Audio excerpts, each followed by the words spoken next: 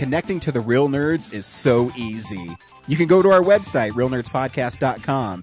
You can like us on Facebook. We have a Twitter account, @RealNerds. We also have Instagram. You can call us, 720-6nerds5. You want to email us? You can do that too, realnerds@gmail.com. Thanks for listening, and enjoy the show.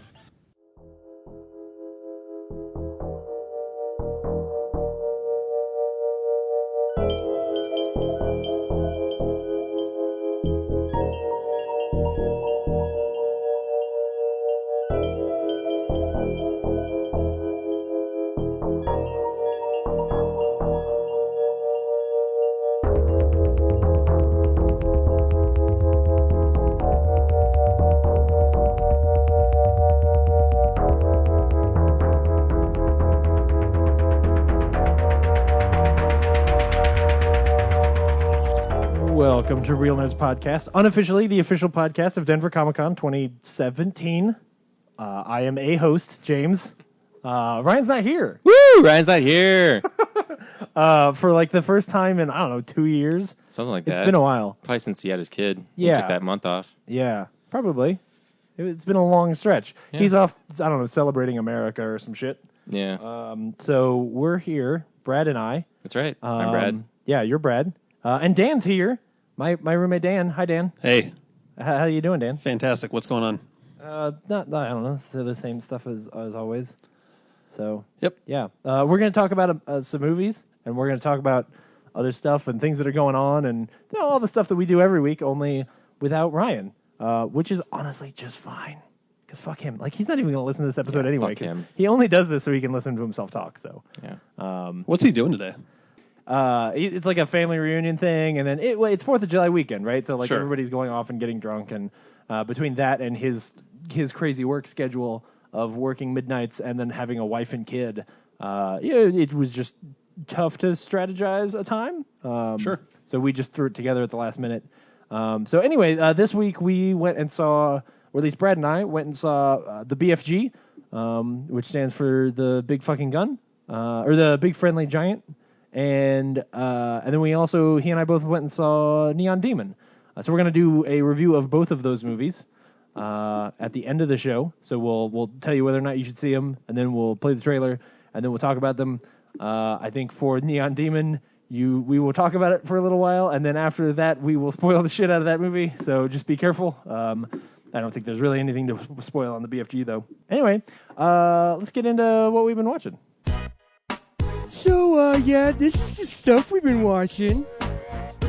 Dan, what have you been watching? So about 10 to 15, probably 15 minutes ago at this point, just finished watching Star Trek Voyager. I mean, like finished the series 15 minutes ago. For the first time?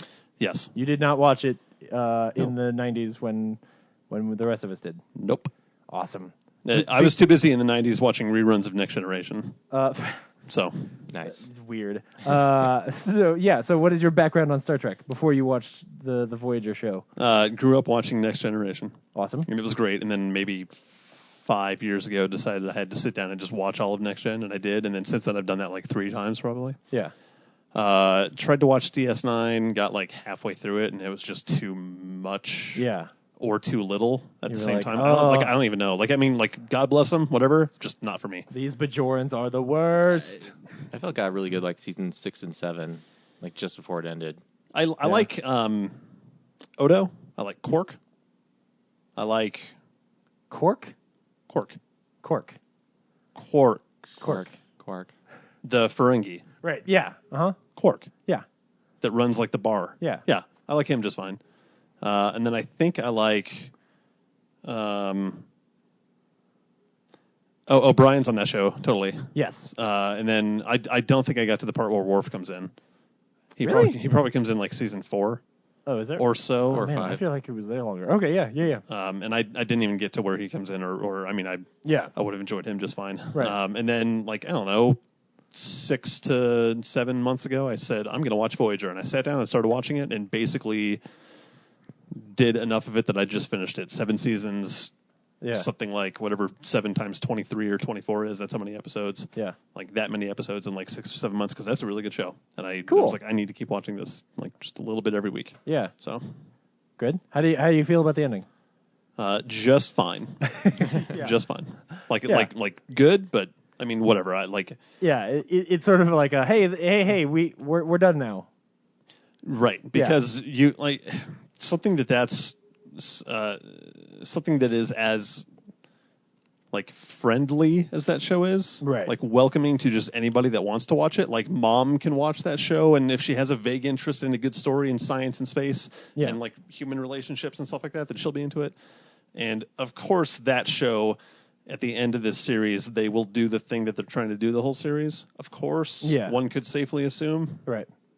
Wasn't really a surprise, but like how they go about it, of course, is like why you should watch it and some of the choices. And I mean, that's what Star Trek's all about. It's moral dilemmas and all this, like top to bottom. That's what the whole show's about. Yeah. Like, so we had talked about this yesterday because you were saying like, I mean, I know they're gonna make it, and I was like, well, you also should know that because I didn't say this, but the thing that I was hiding from you is that Janeway's in Nemesis. There's like a little scene where she pops up on the screen and she's like, I'm in charge of all the shit now because I drove a ship back from where I lost it. Yes. Yeah. And I mean. For all the shit that Captain Kirk gets in for like saving the galaxy, like how come she loses the ship and flies it across space, and like now she's the big man on ship, big woman on home. I guess that's true. Yeah, like you get 70% of them or whatever. You know, by like. And there's a curve because she's a woman. Heyo. Well. No, not cool. All right. Yeah. Cool. I mean, there's also that. She brought all this knowledge of the Delta Quadrant and all this other stuff, and there's a Borg with them, or an ex-Borg or whatever. Yeah. And, does just like Talaxians and the weird race that just wants to hunt all the time. Yeah. Shit. The blue people the hunter guys. Whatever they Andorians? are. Yeah. No, I'll look it up, or I just won't give a shit. Whatever. Right. Yeah. Because who gives a shit? Does 7 of 9 hold up? Is she interesting or she gets better? Yeah, okay. She was like pretty bad right when they brought her on at 4. I mean, like she cuts herself working on something in the thing or whatever. She's like, I am damaged. It's like, fucking no, you're bleeding because you're a human. Like, come on. You do know words. Yes. You have a dictionary. But they actually are able to play against like how robotic and whatever that she is, because you have some of those good episodes where she gets to act like somebody else. Yeah. Such as the episode where she puts the doctor inside of her brain or whatever, and then she gets to act like Robert Picardo, also known as the Doctor. Ricardo Picardo. Right. Like that's a really good episode because it's her acting like him. Yeah. Which is hilarious. Yeah. Just things like that. There was another good episode. It seems like all the good episodes revolve around the Doctor, but there was another good one where it was like 4 or 5 before the end, where he wrote like a. No. It was something else. It was where other characters also had to act like him, but as if he was doing really suspicious stuff, because he was in the story, he was turning into all these other characters on the show to sneak around and do a thing. Yeah. And so you have like Chakotay trying to act like a really suspicious version of that guy, as if he is stuck in Chakotay's body. Convoluted, but a lot of fun. Yeah. One of the things I like about that show is like I feel like in some of the other shows, there's like this direct like, oh, okay, this is the Data of the because Data is the Spock of Next Gen, and then but with Voyager you had. Between the Doctor and 7, you got some of that, like, here's people who are at least dealing with this idea of not being human, but it's not this direct, like, oh, okay, hey, this is the part where you get that, that theme. Sure. I think most of the characters, other than B'Elanna, who I always hated, she was okay. Yeah. She gets better early on when she's just angry all the time. I'm like, you are annoying as hell. Like, I don't care about you at all. And then, she gets with Tom and he sets her straight. That's terrible. Not even going to comment on that. Like, that's whatever. But yeah, cool. So you liked it? Oh, yeah. Yeah. Would you recommend it to people who like Star Trek? Totally. Okay. Just, cool. I don't know. Do you want more of a thing and you're willing to, like, invest time and learn all these new characters and be told this new through line from season 1 all the way through 7 seasons later? Right. And if you're ready and willing to accept Lord Savior Voyager into your life, then go ahead and do it. Because that's I don't know, it's a pretty big, like, to recommend a 7-season thing to Yeah. somebody is a big thing to ask. Yeah. But like, yeah, totally. Like, it's, Right. I mean, whatever. Like, I enjoyed it a hell of a lot more than I enjoyed anything in DS9 for the, again, like half of that show that I watched or whatever. Yeah. Right. Probably like 3 seasons. Cool. So, Anything else you watched lately? that's kind of it. We saw Warcraft like 3-4 weeks ago. That was like fun, but I don't really know who that Awful. movie's for, but God bless him for trying. And I mean, I'm probably sounding like a complete ass right now, but I mean, I don't know. Like, there were just bits in that movie, like the second title card right at the end. Like, we were laughing at it because it was so out of place. Where Like, they just things just like take that. the original title card and Right. play it again. Just, like, did they mess up? man. Did they not right-click delete on this or what? Whatever. They just know that China don't care, so it's like like, that you know, movie will make all the money. and it has made all the money, and you know, if they want to move forward with doing something, they probably have all the reason to do it now because they have made their money back and then some. And Yeah. if they can do another cool Warcraft thing or a StarCraft thing or maybe just some original Blizzard thing, Yeah. maybe they could do a really cool thing. Go make a StarCraft movie. And I was still super happy to go watch this Warcraft movie. So, you know, Cool. it's been a long time coming, and now that it's done, I should have known that this is exactly how we would have felt about it. You know what I mean? Like, Yeah. Absolutely. But whatever. So. It's basically exactly as bad as I was afraid it would be. So Yeah, like they tried to do as much as they could to accommodate like your girlfriend going to see it or your wife or whatever because that like that's the problem, and I'm putting problem in air quotes that people always talk about with this kind of stuff. It's like, how are they going to dumb it down so anybody can go watch it? I desperately need somebody who doesn't know StarCraft to see this movie and talk to me about it because I don't actually think that's true. I think that if you don't know StarCraft, I think you watch that movie and you're like, what the fuck is going on? Like StarCraft? Warcraft. You I'm did sorry, say I said twice. StarCraft. I feel like if you don't know Warcraft, you go to that movie and you're like, what is all this shit? These big orc guys are cool, but what is happening? I mean, like I, for the most part, knew what was happening, and I was still like, Right. wait, who? I'm sorry. Right? Yeah, exactly. Right. Yeah. Especially because some of it is wrong. So like Sargeras shows up at the end, and you're like, that's not what he looks. That's not right at all. But they also don't say it's whatever. It's weird. Sure. Yeah.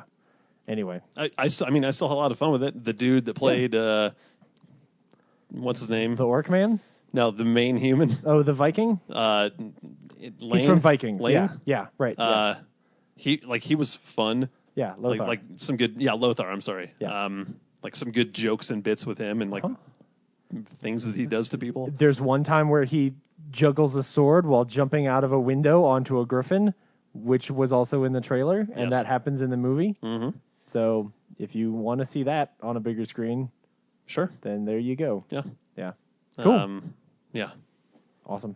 So I mean, I don't know. That's pretty much it recently. That's it. I've been meaning to go see some of these movies with you guys, but I didn't go see Yeah, but you keep flaking out, not doing it. anything from the past couple weeks. Piece of shit. Yeah. Yeah, I know. I'm kind of the worst. Well, maybe none of it's been any good. Brad, what have you seen lately? A lot. Bitch. Yeah, you walked into this This minefield. is why Ryan's not here this week. Fuck. No one to keep me in line. So last night I saw Raiders, the greatest fan film ever made. The story of the greatest fan film ever made. I didn't actually watch the greatest You film. didn't. Oh, so you didn't see Raiders, the abbreviation for Of the Lost Ark. Right. Okay. All right. I watched the story of the guys who made the film. I think the night before they actually had the film as a double feature with the real Raiders of the Lost Ark, Okay. like the underground film that they made. Okay. I know what you're actually saying, Yeah. but okay. So what you mean is that they had showed Raiders, the fan film, The adaptation. like the adaptation made by some kids, Yeah. over like a span of 10 years or something like that. 7. 7 years. Well, I guess now 35, but yeah. Well, yeah. However long it took them to actually construct, like, make all the Yeah. scenes. Basically, the story is some kids, when they were, 10 or something like that, decided they were going to reshoot shot for shot Raiders of the Lost Ark. Yep. Basically, like, sweeting the film, Over if you will. 7 summers. Yeah, Yep. and Is that like this is a real thing? I've never heard of this. yes, this is a real thing. These kids did that. Okay. And then it came out, I don't know, 5 or 6 years ago. Like, people started hearing about this thing. Yeah, And they at- made this documentary about At it. the Button-Umathon, like Eli Yes. Roth got a hold of the tape somehow, and then he Yes. submitted it to Harry Knowles, and then he programmed it. It was like 2002 because they were about to show the big part of the documentary is that the Two Towers is going to screen before it comes out for everyone else at this film festival, And so early in the morning, they just throw on this Raiders adaptation by these kids, and like everyone's enthralled with it. And when they cut it off before it ends, like the crowd goes nuts and says, how dare you show us Peter Jackson's Two Towers early? We want to see the rest of this horrible fan film. So Weird. Yeah. Like, is that a thing that people can just go seek out and watch now? I think it's on their. I haven't gotten their website yet, but anyway, on the And it tours around, like it pops up every now and then. But like it was Friday night, I was looking at showtimes and stuff, and so they had a Raiders of the Lost Ark, Steven Spielberg, paired with, I don't know if it was this documentary or that film. Oh, okay. But I saw last night the documentary that Draft House made about the making of that film. Right, which is titled Raiders. Raiders. Right. The story of the greatest fan film ever made. Right. Cool. Yeah. So, how was Raiders the story of the greatest fan film ever made? The documentary about the movie. How was that movie? It was all right. Like, it's not terribly compelling. Like the three guys that it's about. Like other than that, they make this movie. There's not real like. Is it actually that they did, while what they did is fun to watch, what they did isn't actually interesting or challenging? Like, there's not actually a lot of conflict there? It's not. I don't know, it's not terribly special because they don't really delve into the making of the movie that much as it is about their lives individually. So, like, the biggest points they hit are that, like, one of the three is kind of a weirdo. Like, he's really into special effects and props, and he's very eccentric. Duh. And that is off-putting to the other two. So, over the 35 years, they've grown apart because, like, while that one guy thought he was friends with the other two in their interviews make it seem like he was just there to fill what they needed to get the movie done. Okay. Oh, okay. I see what you're saying. So, like, growing up, he thought he was part of this trio, and the guy who started it turns out to be kind of a dick. So the guy who actually plays like Indiana Jones in the fan film, like he spirals into like drugs and alcohol and meth. This is like a rock and roll story. Yeah. He's basically Bon Jovi. Yeah. At one point, he tries to date the other guy's girlfriend at the time or something, and he doesn't really get anywhere. He just does it to piss him off. Like, he just invites her over to like screw with him. So he's just being an asshole. Yeah. So eventually, it's like, man, I don't really like these guys. Huh. Like, cool, they did a shot-for-shot remake of Raiders, but they're, some of them are but not that. Fuck these kids. Yeah, they're all garbage.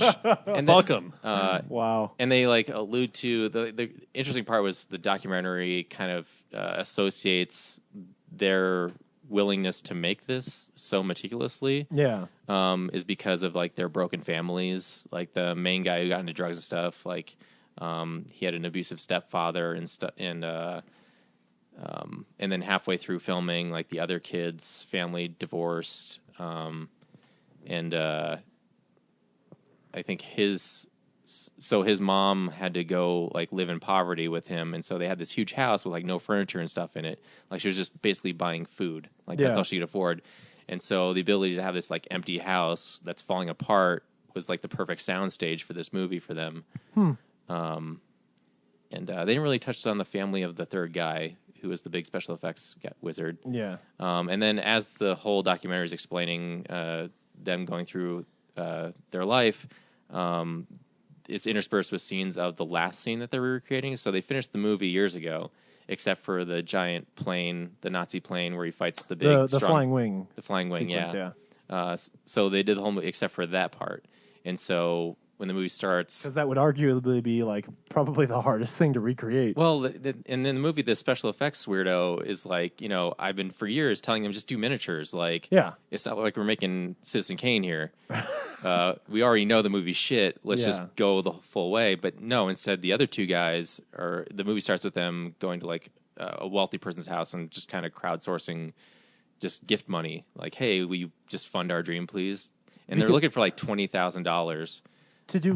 Is there a place where you can rent? Hey, come stand next to this flying wing for a while. They were going to spend like $40,000 to go rent planes for it, but then they met this metalsmith who's like, dude, I can make you 3 planes for $40,000. So he built one for a third of that cost. So he built a fake flying wing. Yeah, I mean it's as accurate as they can be. Sure. But it's a big metal like full-sized bomber plane. So by the time the kids make that sequence of the movie, though, how old are they?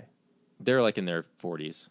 Oh, like, this is recent. Okay, so most of the movie was unfinished until like it became popular, and they were like, "Hey, we got to go back and we got to do the flying wing sequence." Yeah, once they did their Kickstarter and so stuff. there's this awkward part of the movie where all of a sudden these kids are 40 years old, and well, no, it's like that's like the button, like that's the book ending. Well, in between all the interviews are like them as 40-year-olds, like they're looking back. Yeah, I mean, if you watch the actual fan film, the actual reenactment, so there's all of a this sudden it's awkward jump section to... where like. He and Marion get out of the cave and they're 40 years old. Yeah. That's weird. But that's probably the most amazing part of the movie, though, is because they don't show you the film, right? Like they just show you like little snippets of like the boiler rolling, like little snippets of the film. And then they're showing you the making of this final scene periodically, and it's going horribly because I think they live in Mississippi and it's like raining 9 out of 10 days. Ugh. And then the one guy who actually has like this big corporate gaming job. Yeah. He works for a games company. Like they're on their last rope with him, like as far as taking time off for this. And so he like has to beg for 2 more days because they've been rained out. And like that's the big dramatic hook. Like towards the end of the movie is like, do they have to go home and give up? Yeah. And spend all this money and not get what they wanted? And luckily he gets it. But at the very end of the movie, they show you the whole scene that they were shooting this whole time. So, like, the original cuts of Raiders of the Lost Ark are on the bottom, and then what they shot is on top, and they are pretty close. Wow. Like, they cool. even got, like this big bald guy who, like, looks like the original guy, and then the tomb that they push out of the blocks, like, those look real, and they have a tanker that explodes, and, the most amazing part of the movie is when they actually blow up the bomber that they made. Yeah. So I had this plan to, like, trigger it, and the truck next to it goes up, and... then there's nothing. And they're like, shit. So we either have to wait half an hour, and so they send them like the explosives guy in to go check on it, and then the bottom half of the bomber goes off, but that's not like all the explosives. So he's like, shit, okay, I'm going to stay back. I'm going to re-rig it, and I think the bottom part blew all the wires, so the top part's fine. Oh, okay. And then they're walking around, and this is like no cuts. Like, he gets under the wing, and then, boom, he gets blown back away from the bomber. And, like, medical crews rush in, and, yeah. But he's okay. He's okay, yeah. He just got a little shock. Yeah. But at first, it looked like he got shrapnel, like, into his chest. Like, that's how violent it looked. Yeah. Man. And this really happened. Like, all the family, and they're up on this hill far away from the blast zone, and there's people are freaking out. It's like, holy shit. That's stuff about like delayed explosions, and the guy that has to go in like 30 minutes later or hours later to go check, like to go make sure that the wires are still connected or whatever. I don't know how a bomb works. Yeah. Which that's gonna be the most terrifying thing. If you know that there's a chance it will go off while you're on there. Like, this guy was not wearing anything protective. Right. Which is the stupidest. Yeah, he wasn't the Hurt Locker. Like, if he planned, like, okay, we're going to rig this, it's going to go off, but if there's a chance that it won't, I will have gear to my left to throw on and then go down there. But no, it's like, oh, I'm going to go peek around in my T-shirt. Yeah. Right. And sunglasses. Yeah. Like, that's insane. Like, the minute that doesn't go perfectly, you're like, okay, bring in the titanium suit of armor, because I got to go detonate this thing. Yeah, so that was crazy. But as far as like making, like Draft House making a documentary of this, like I don't want to say lucky they are to have like that turn of events in their, like, at first it was okay, but then it was like, wow, that's, I did not see that coming. Yeah. Like, this documentary just got infinitely more interesting. It's like watching NASCAR. Like, it's just like, this is crash. really boring, and then somebody explodes. You're like, oh, all right, okay, now I'm in it. So and then so they finished that part of the film, and it just kind of ends there. Like it just says like after 35 years, it's all done, and the guy who worked for the games company resigned, and they formed Rolling Boulder Films. Oh no! Together, So now they're just. I get it. That's a reference to Raiders of the Lost Ark, a film. Oh my God! Now I've got it. You said it. Yeah. On it. So are they just gonna go like give money to a bunch of other kids to Swede films? I think that's a cool idea. That's like a legit cool idea. Yeah, I think so. They go. But it sounds like these guys are all assholes, so I don't necessarily want my kids to work with them. Well, like money spends all the same. If it's if it comes from an asshole or like a nice person or it kind of doesn't. If I don't know where the money comes from, plausible deniability, James. Wow, like that's what we're talking about. Man, I'll go make a shitty Temple of Doom and Kali Ma, and I'll make it with friends or whatever. Like it'll be fine. And then if the money just comes from wherever, if it just shows up, here's money. Yeah, you remember that bag of diamonds I gave you? You want to know how many people died to bring you those diamonds? I don't. I'm just right. You not want to know. Don't want to know. Yeah, just don't tell me anything. Just give me the money. I'm really curious to figure out what they're going to do as a film company because obviously they don't make great films, and they're past their prime. Right? Yeah. Like here's some guys who don't actually know anything about making movies, and they've never shown. At least the documentary doesn't show them showing any interest in any other movies but Raiders of the Lost Ark. Not even like the sequels. Yeah. Like at one point they go see Last Crusade, and that like brings them back together. Oh, okay. After their friendship is fractured, but other than that, I'm like, what? Do you guys have other scripts? Like, do you have original work? Like, doesn't seem like you would. That movie would be hard. Like, if you gave me all the same resources and money that Last Crusade cost and said, go shoot that movie again, I would tell you, like, I gotta like make a guy like almost die in between the tank and the cliff, and I gotta ask all these people to do all this other shit, like all these stunts and all this whatever. Like, you're insane. Like that movie's cool. That movie's really good. It's really good. So yeah. It's like, like I referenced it the other day to somebody. Somebody said, like, handed me something, and I said, no ticket. So that was a number one reference right there. Yeah, that's not in. I'll shut up now. I'm sorry. The original Raiders like cost $20 million. Yeah, man. Like back in 1981. That's crazy to think about. Yeah, it's a lot. It's a lot of matte It's way more thrilling than modern movies.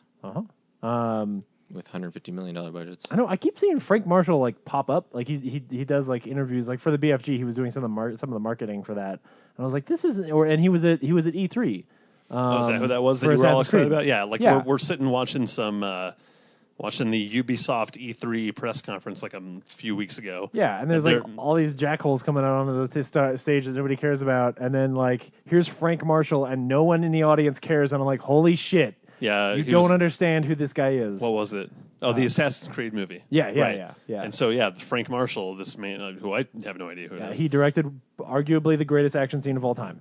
Comes out, and James is like shitting his pants. He's so excited. Yeah. And I mean, like I don't know why he's talking about Assassin's Creed. I mean, I get he's a producer on Assassin's Creed, but I'm like, why is he out in the limelight now? Like, I don't know. Well, and like people seemed to some people seemed to know who it was besides you also. Like, call me mainstream or whatever. I don't know who Frank Marshall is. Right. Yeah. But he directed the truck chase. So, which these kids duplicated very unsafely. oh, I bet. Like they're actually hanging onto the front of that truck, dragging under. Honestly, like you describing this documentary makes it sound like watching the documentary will ruin the fan film. Like maybe I've never seen the fan film. Oh, okay, so, right, yeah. So I feel like I did. Like how long were they working on this thing? 7 years. For 7 years. 7 summers. And then a sequence that they filmed when they were 40. Right. Okay, because that's what I'm getting at. So they took a long hiatus because of this one scene that they financially couldn't reproduce. Well, they finished it. Like they put it on a tape and then gave it to their friends without that scene. Yeah. Okay. And that's like what Eli Roth watched, was that version. And they were children when they did the majority of it. Yeah. So it's somewhere between the ages of 11 and 19. So it's all these people with like squeaking voices saying all the lines that are Yes. Don't look at it, Marion. Well, and they do it chronologically, don't they? Or for the most part? So they get older as the movie goes? Well, yeah. I mean, I don't know. I think they shot certain sequence like out of sequence, so it's probably like they're young and old as it goes through. Yeah, but I haven't watched it. Perfect. And they also said like it's a shot for shot thing, but at the Button-Umathon they said it lasted 35 minutes. So I'm like, what? Huh. Like even without the plane scene, that's still got to be an hour. Maybe they couldn't get a girl to do it with them, so they were like, No. well, all the scenes with Marion, we just have to cut those out. No, they had a Marion. Okay. Like she's in the documentary. Huh. Yeah. Did they do the kissy scene where? Oh, that's it was adorable. the one guy's first kiss ever. Oh, Caught that's on so film. cute. Yeah. Aw. Then he points to his lips.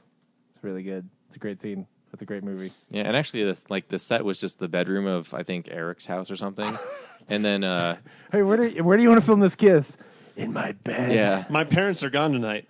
Right, like exactly. But like the set for like they set up was actually for a minute there I thought like that looks like the cabin of the ship. His bedroom looked like a submarine. Like if you look at it closely, you'll like okay that's not it, but like just generally it's like that looks like that scene is framed and shot very similarly. I don't think I've seen Raiders in like 15 years.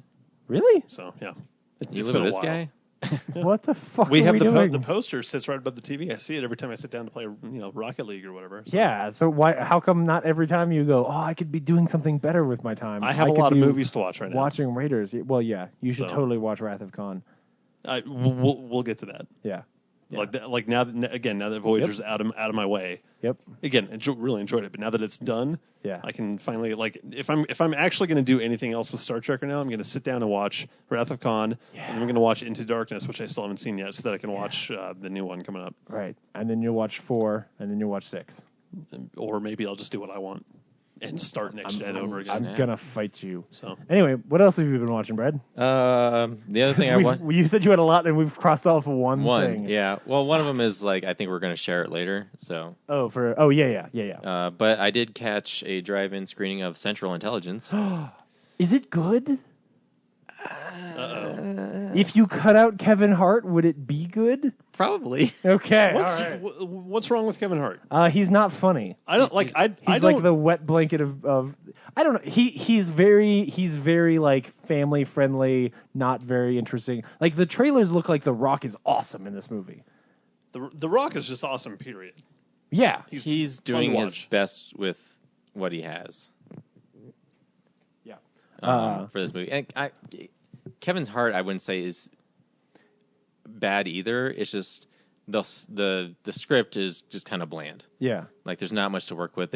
Him and The Rock do their best, but I don't think I laughed once. Like, especially like, yeah, I don't think even like I even laughed once at the trailer for Storks. So that's pretty awful. Like I don't think I even chuckled in my head. If it's like a comedy, it's like the worst thing you could say about it. Yeah, I feel bad. I know a lot of work goes into these things, but the story is just I know somebody tried.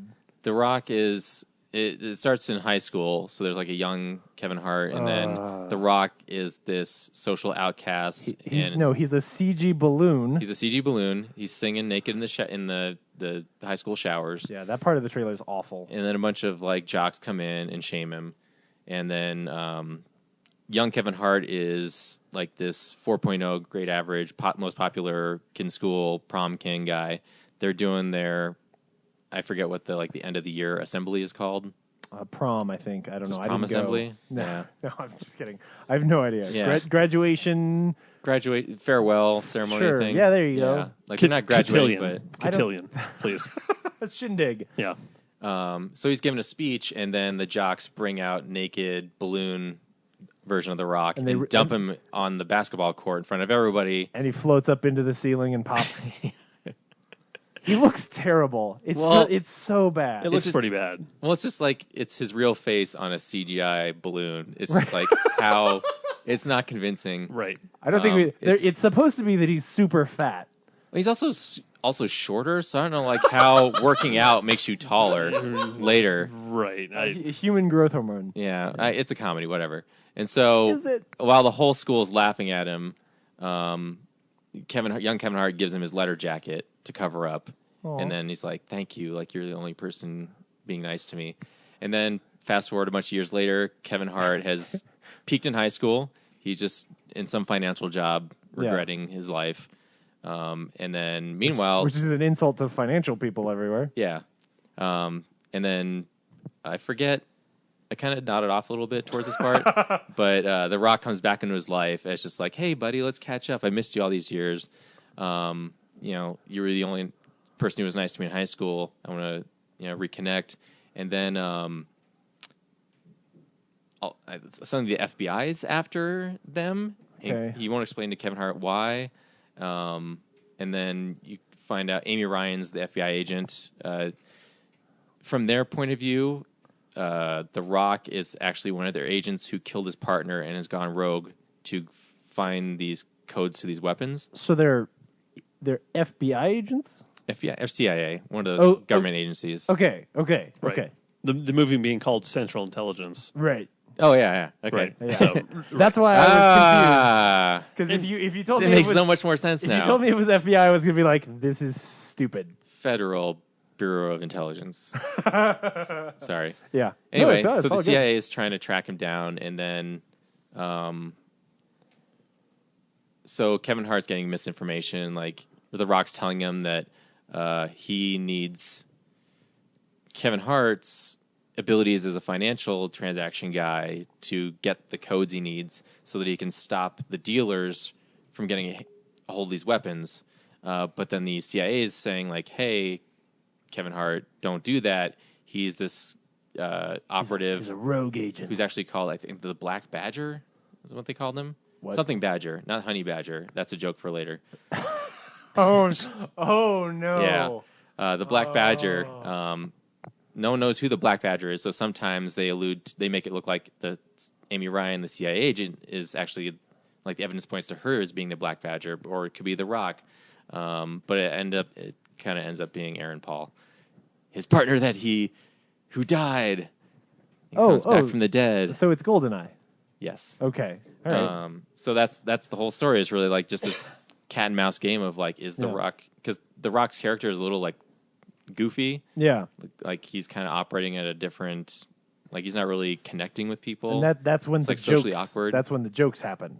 Supposedly, yeah. When did the jokes happen? Is the misinformation? Right. That's where the jokes come from. Okay. Yeah. The reason that I did not want to see Central Intelligence had little to do with the trailer and mostly to do with the name of it, because I have this weird thing where, okay, like, I'm watching a trailer for a movie and it's about, like, it's like a buddy cop CIA. We got to go do a crime. There's a thing or whatever. We got to stop a thing, and we got to get, like, the cop and this dude together, and they're going to go stop the thing. And it's called Central Intelligence. Like, it could just be any two words, and that's the name of the movie, like Cop Out or any of those movies. Well, I thought Central Intelligence is supposed to be like a play on, like, all the characters are stupid, but like none of the characters are really complete idiots. Yeah. It's just a lot of, like, I don't trust this guy, and he's kind of a weirdo. I agree with you when the movie is called Spy. Okay. Cop Out is a better title than even both of these. What was the movie we were talking about, like, yesterday? I don't know. I talk about movies constantly. It was from, like, 2000. I've talked about every movie in the last 24 hours. It was from, like, 2001, and it was like buddy cop, like Showtime? Something with drugs, something with, like, no. Oh my gosh. Like whatever the comedians at the time were in 2001. I Spy? No, shit. I don't like know. Just whatever. I mean, like, I don't know. Like I saw Blue Streak. Like, Blue Streak is Blue I like Streak's that. fun. Blue Streak's I like a good that movie movie more than I probably should. No. A decent amount. Human beings should like Blue Streak a decent level, a fair level. It's like that is a fine. It's okay. Picture. A lot of these are forgettable. Yeah. Right. I mean, I don't Blue know. Streak is the same movie as all of these other movies we've mentioned. Like, I bet Keanu had a lot of the things that this movie wanted to Hollywood think. Homicide? Like, no, it wasn't Hollywood Homicide, but something like Keanu, where Keanu's like, not the same thing. But I mean, like, just again from a distance, I'm like, okay, it's like a movie like with like two main characters, and they're like going to go do a thing, and they're going to get vaguely involved in like the crime world or something that they're not actually a part of. Yeah, but Keanu is closer to a parody of those things than this is. Okay. I mean, this sounds like exactly what I feel like Keanu is poking fun at when it, like, has them walk into their next door neighbor drug dealer's house and, like, you have this ridiculous over the top scene. Like, all of that stuff feels to me, or when you meet, like, the two crazy bad guys that are also played by Key and Peele, like, some of that stuff just feels like the kind of shit you would see in a Central Intelligence / Blue Streak / But honestly, I feel like Blue Streak is a better movie than what you're describing. I've never seen Blue Streak. I don't know. Oh, it's I don't know, Matthew Lawrence is a burglar and he drops a diamond into a Martin Lawrence and Luke Wilson. Yeah, Matthew Lawrence of the Lawrence brothers. Oh my god! So just picture any buddy cop movie. Yeah. Yeah, only okay, gotcha. only leaning slightly That's more not on Lethal cop. Weapon. He's an ex-criminal. He hit a diamond in a building that was getting constructed. He gets out of jail 5 years later, goes back, and the building is actually a police station. Now he has to be a cop so he can find his diamond. Right. And it's actually like kind of funny. Yeah, like at one it's point fun. he's driving this RC car around the vents in the police station. It's like really dumb. It's less terrible than Black Knight. Anyway, Central Intelligence. So should people sleep through Central Intelligence? Yeah, it's definitely one of those, like, it'll probably be on network TV a lot later, or catch it on Netflix. Okay, or don't. Or don't watch it at all. No. Or wait for the next It's just one one of of these. those bland, like, It's buddy too bad cop. because like there's potential for this movie to just surprisingly be The Rundown 2. Like honestly, anytime you put The Rock in a movie that's supposed to be funny but looks a little bit quirky, like my hope is always will this just be The Rundown, and it never is. Yeah, I mean, The Rock's. I mean, he's entertaining to watch. There's just not really any great jokes to give him. Yeah, like it's really just his acting is like this kind of offbeat character. That's Okay, gotcha. Probably the best part of the movie. Cool. 2 down.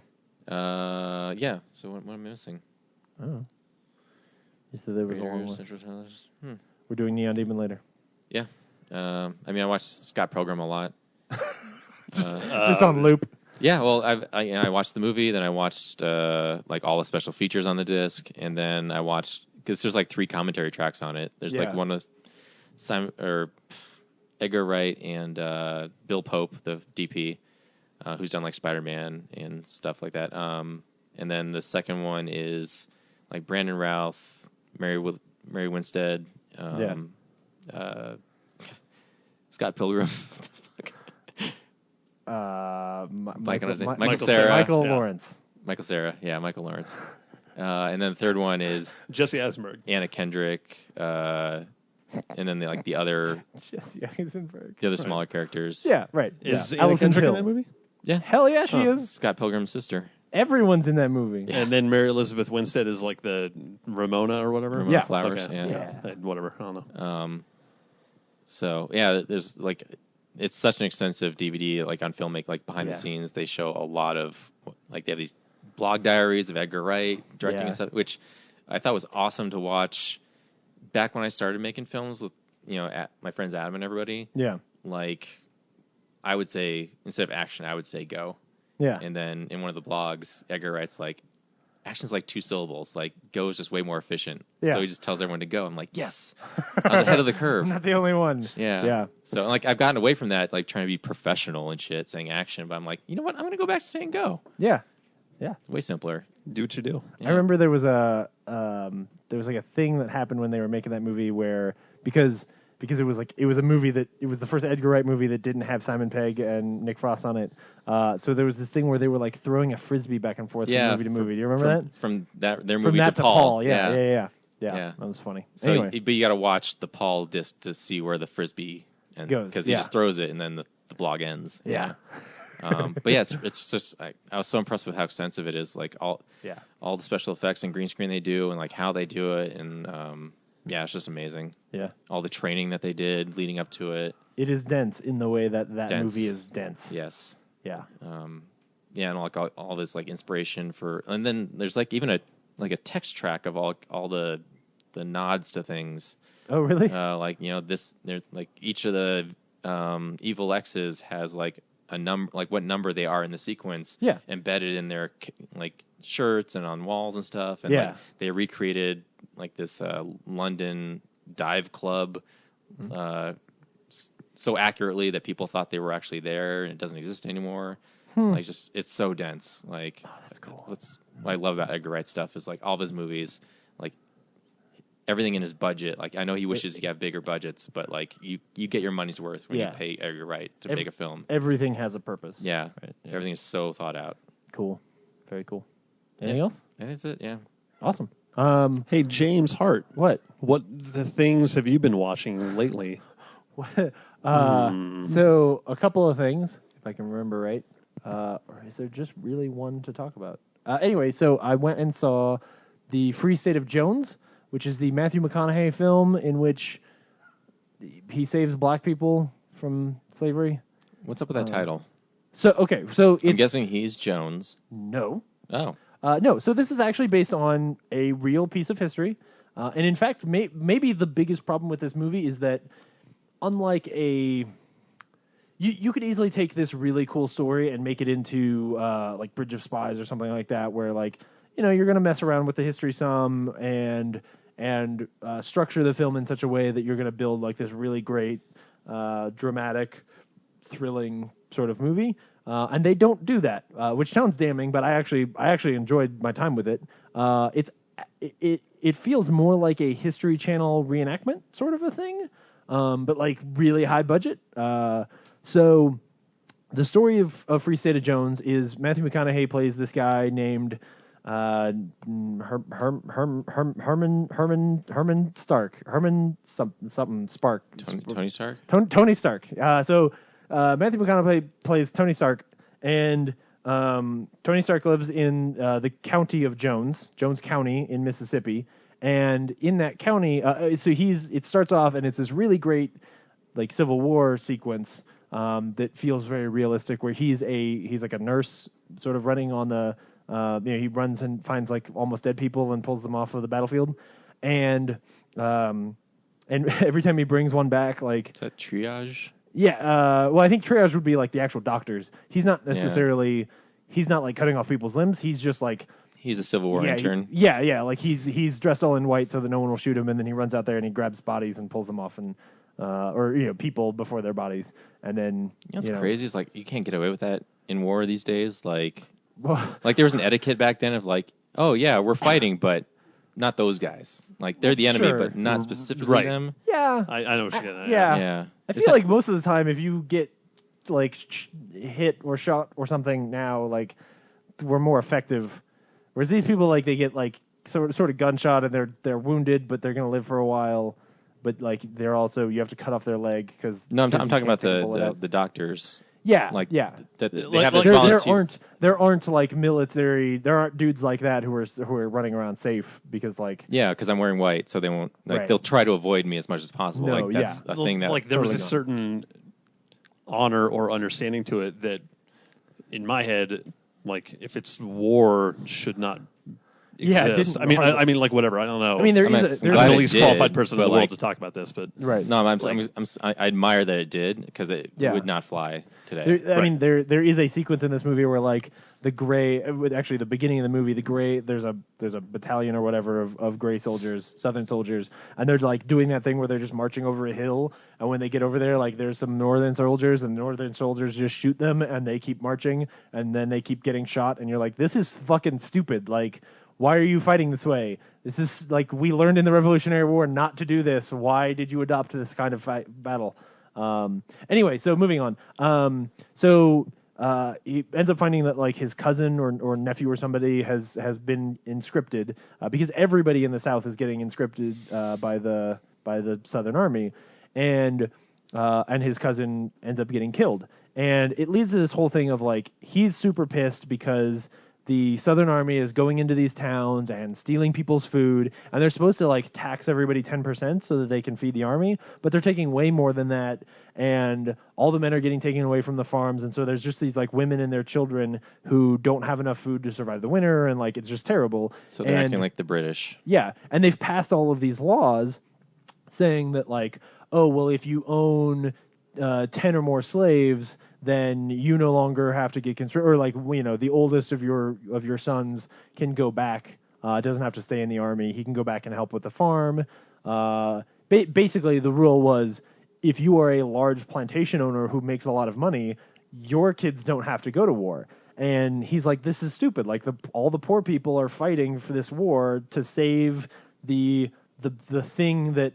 The economy that these really rich people have, whereas like all the poor people who are fighting in the war don't own any slaves, at least especially in that section of Mississippi. So what ends up happening is he runs away in order to bury his cousin and becomes a runaway, and people are looking for him. So he ends up getting like pulled into the Underground Railroad and lives in this swamp for like a year or something like that. And during his time there, as the war gets worse and worse, these other soldiers start like joining him out here in the middle of the swamp, these other white soldiers. And there's a couple of slaves there as well who are runaway slaves that he befriends. And as they do this thing where they'll tell this section of the story and then they'll jump forward a year and they'll actually do the thing where they'll give you like some text, or they'll show like black and white still images of the actual war, and they'll give you some text saying like, you know, the war fights on and Sherman does this, and right, like it feels like a History Channel show. Interesting. But then it goes back to being like this real drama with these really great actors in it, having these really wonderful scenes. But that framing for the film really hurts like the pacing and their ability to build emotion in the right way, because it means that like sometimes there's really slow sections of the movie where not a lot of stuff is happening. The story is really fascinating and it's setting up for stuff later on, but it's not a super tight script the way that you would expect a dramatized piece of history to be, because it feels like they're way more interested in telling you this real story. As an example for that, there is this incredibly jarring section, maybe 25 minutes into the movie, maybe 20, where all of a sudden it's there's some text pops up and it says 85 years later. I kid you not. It goes 85 years later, and we're in a courthouse, and there's some dude I've never seen before, and you very quickly learn like, hey, here's this dude who, I mean, the scene is maybe a minute long. And just through the people talking, you learn like, okay, this dude is being charged with marrying a white woman, though he appears to be white.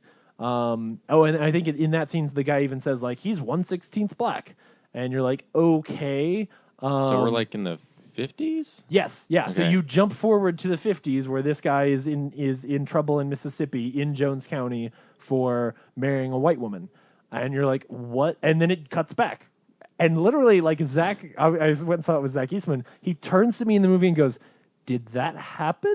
Like, I think he thought he was high for just a second. He was like, "Did I just like slip through some dimensional portal Did we go into a separate movie?" Yeah, like all of a sudden it's Mississippi burning, and I don't know like where I am.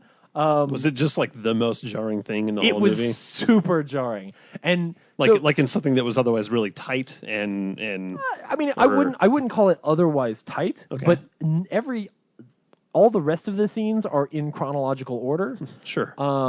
And this basically, what other filmmakers would have done is started in this courtroom and explained that in this court case, they were retelling this story, but they didn't set that up until 20 minutes in when they all of a sudden jump forward. And I don't want to spoil too much about this because it is a really fascinating piece of history. But basically, that man in the future is in some way tied to what happens in Jones County, and so you're actually watching this really epic, huge piece of history that spans 100 years or 85 years as this guy fights for. He ends up the little band of guys who live in the swamp end up forming a little army, taking over part of Jones County. In fact, they take over like 4 counties worth of the South. At the time, they're taking it over for the North because they're like, well, they're our enemies. Like they're the enemy of our enemy, so I guess we're fighting for the North, which they're all pretty conflicted about. But they're like, well, none of us own slaves, and this is all about slavery, I guess. So whatever. And at one point they send word to Sherman, and Sherman sends word back like, well, I hear some guns, but I'm not going to send a lot of cavalry to you because I don't actually think you're in a strategic place. And as a result, they declare independence from everybody and create this thing called the Free State of Jones, where they have like 5 rules. And it's actually really progressive. And I remember like hearing about this, but it was like a footnote in a history class at some point.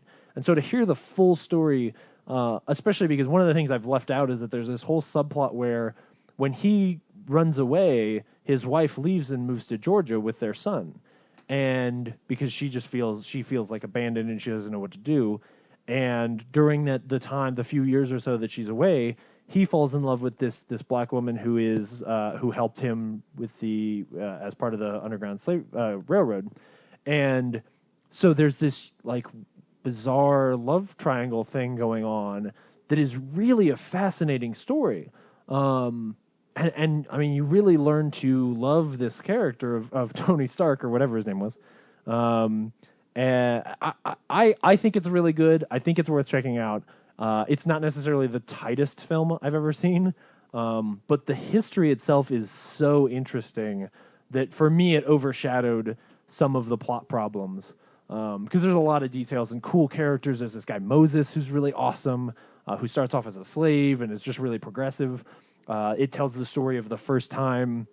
The war ends and it keeps going, and it tells the story about like the first Republican vote in Mississippi. It's absolutely fascinating. Yeah. So definitely, I think worth checking out. Just know that what you're getting into is like a history lesson and not necessarily the best film. Mm-hmm. Now I say that just because emotionally not everything landed as hard as it could have for me.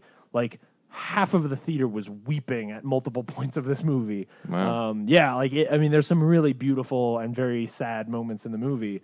So anyway, I think it was good, and I would recommend that people check it out, I guess. So cool. I've been sitting here thinking because part of the Civil War was about slavery, but like the larger picture was that the states were tired of Washington telling them how to run their states. So I'm like, well, yeah, but the big thing, yes, they said it was like states' rights was the argument. Yeah. But the big thing that pushed it over was that in the North, the northern states were outlawing slavery. Yeah. And even if it were, right, but I'm sitting here going like, okay, well, once like the Tony Stark's buddies, like they defect. Yes. And like the enemy, I'm trying to think like they really should be like on the North's like ticket. Yes. Because that's like. Yeah. I mean, you have to think in terms of all of the sort of propaganda at the time and the fact that like there is no internet. Like all they know is the hearsay. They don't even know who they're really man's fighting. Word. Right. Yeah. And they've been in the war. There's a really fascinating scene at the beginning when his cousin dies and this guy Will, who ends up being a character through the whole movie, says to Matthew McConaughey, he says, it's okay because he died with honor. And with fantastic delivery, McConaughey just says like, no, he just died, and then that character ends up having a whole arc. The character of Will ends up having this whole arc where he realizes like this idea that they were fighting for something bigger than themselves is actually really sort of false. They were all in this mindset of like, oh yeah, we're going to war and we're fighting for this big idea, and then you realize like, no, you're not. Like you're just fighting for rich people. Yeah. Because even at the end of the day, like no one was like so in love with slavery. Like it was that the slavery allowed very rich people to be very, very rich. And that was fueled by the bigotry and racism and all of that stuff. But if there weren't black people in the world, they would have just been white slaves. Like they would have found some other argument for why that you could crutch that economy up. Because when the U.S. started, it was using indentured servants who were often white criminals from orphans, Europe, kids, right? Yeah, like child labor. Yeah, like you would go over and to pay for your trip, you would spend 20 years of your life as a slave, and then after the 20 years, you were supposed to be free. And that whole like economy model turned into slavery. I appreciate you not saying business model, even though you started to say it that way. Like, did I? At least it sounded that way. But right. Yeah, like that's sort of what it is, right? Like exactly. My cost of goods is almost nothing because I don't pay anyone anything. And as a result, my cotton makes me amazing margins. Right. That's what it is. It all actually comes down to money. And it's why this movie is really fascinating, because you've got these guys in the South who when that rule passes, where it's like, oh, if you own slaves, you don't have to fight in the war. You're like, wait, but what are we fighting for then? We're just fighting for rich people, and that's not cool. Sure. So, also, Googled the dude's name, Newton Knight. Newton Knight, is his name. Right. And then also, I saw that Brendan Gleeson is in this movie. Yes. Mad Eye Moody? Yes, Mad Eye Moody, or he's like the general in like Live, Die, Repeat. Mm-hmm. That dude's cool. I like he him. is in there. So. There's this really amazing, like, sort of sub-villain character that they keep robbing throughout the movie. in a very like Robin Hood-esque way, that then at the end becomes like the judge who, oh man, I don't want to give it all away, but I think it's a really cool movie with a great. Gleeson? No, it's not. Okay. It's actually a dude who looks like the dude from Ex Machina, but it's not him. It's a guy that looks like a guy that looks like Brendan Gleeson. Yeah. It's incredible. Yeah. It's so recursive. Anyway, I think because everything else we're reviewing, I think that's actually everything I saw this week. Yep. Only I know, certainly man. can't think of anything else. And sometimes I just walk into your bedroom and you're watching a thing that I've never seen. Yeah. And I don't think that happened at all the past week and a half. Well, I mean, I watched this week's episode of Preacher, and it's really good. So, hey, speaking of news, that got renewed. So, anyway. And then whatever. Hey, well, I've got a... yeah, why not? Why not? How about we do news? It's real news. Preacher got renewed for a second season. Yay! Everyone clap. Yeah, it's really good. People should check it out. What else happened this week? James Cameron said some dumb shit. What was that? You mentioned this earlier, and I had no because idea. I wasn't going to mention this because I was like, this is just making more headlines out of something that isn't headlines. Because what this is somebody was interviewing James Cameron, asked a stupid question, got a canned answer, and then it became like this big headline of James Cameron didn't think that The Force Awakens was very good, and he thought the prequels were better. Which isn't really what he says. What he says is, I'm friends with George Lucas, so he puts together like this very political answer about like, well, I thought that. What he says is something like, I thought that visually George's version of Star Wars, of the Star Wars prequels, were way more interesting and original. Like, what's the context in which anyone's asking James Cameron about? Like, because you just want to make a headline. Like, that's all this is. Sure. It's not actually news. Other than, I mean, it's the same stupid bullshit that comes out of James Cameron because he doesn't know what he's doing and he makes bad films now. So, like, I don't know why I should even care, right? Like, ooh, you're friends with George Lucas. That doesn't necessarily mean, like, you made Avatar. You don't know anything about making good stories. Like, why would I listen? So, anyway, I wasn't going to talk about it, but then you guys were like, well, I didn't hear that. So, yeah. You brought it up. It's really something you just said off camera. Yeah, I guess so. Off mic. Sorry, not off yeah, camera. Whatever. Yeah. All right, fine. I'll just cut this out. No, I won't. Way to disappoint us. Yeah. So there's, I guess, some news that Pixar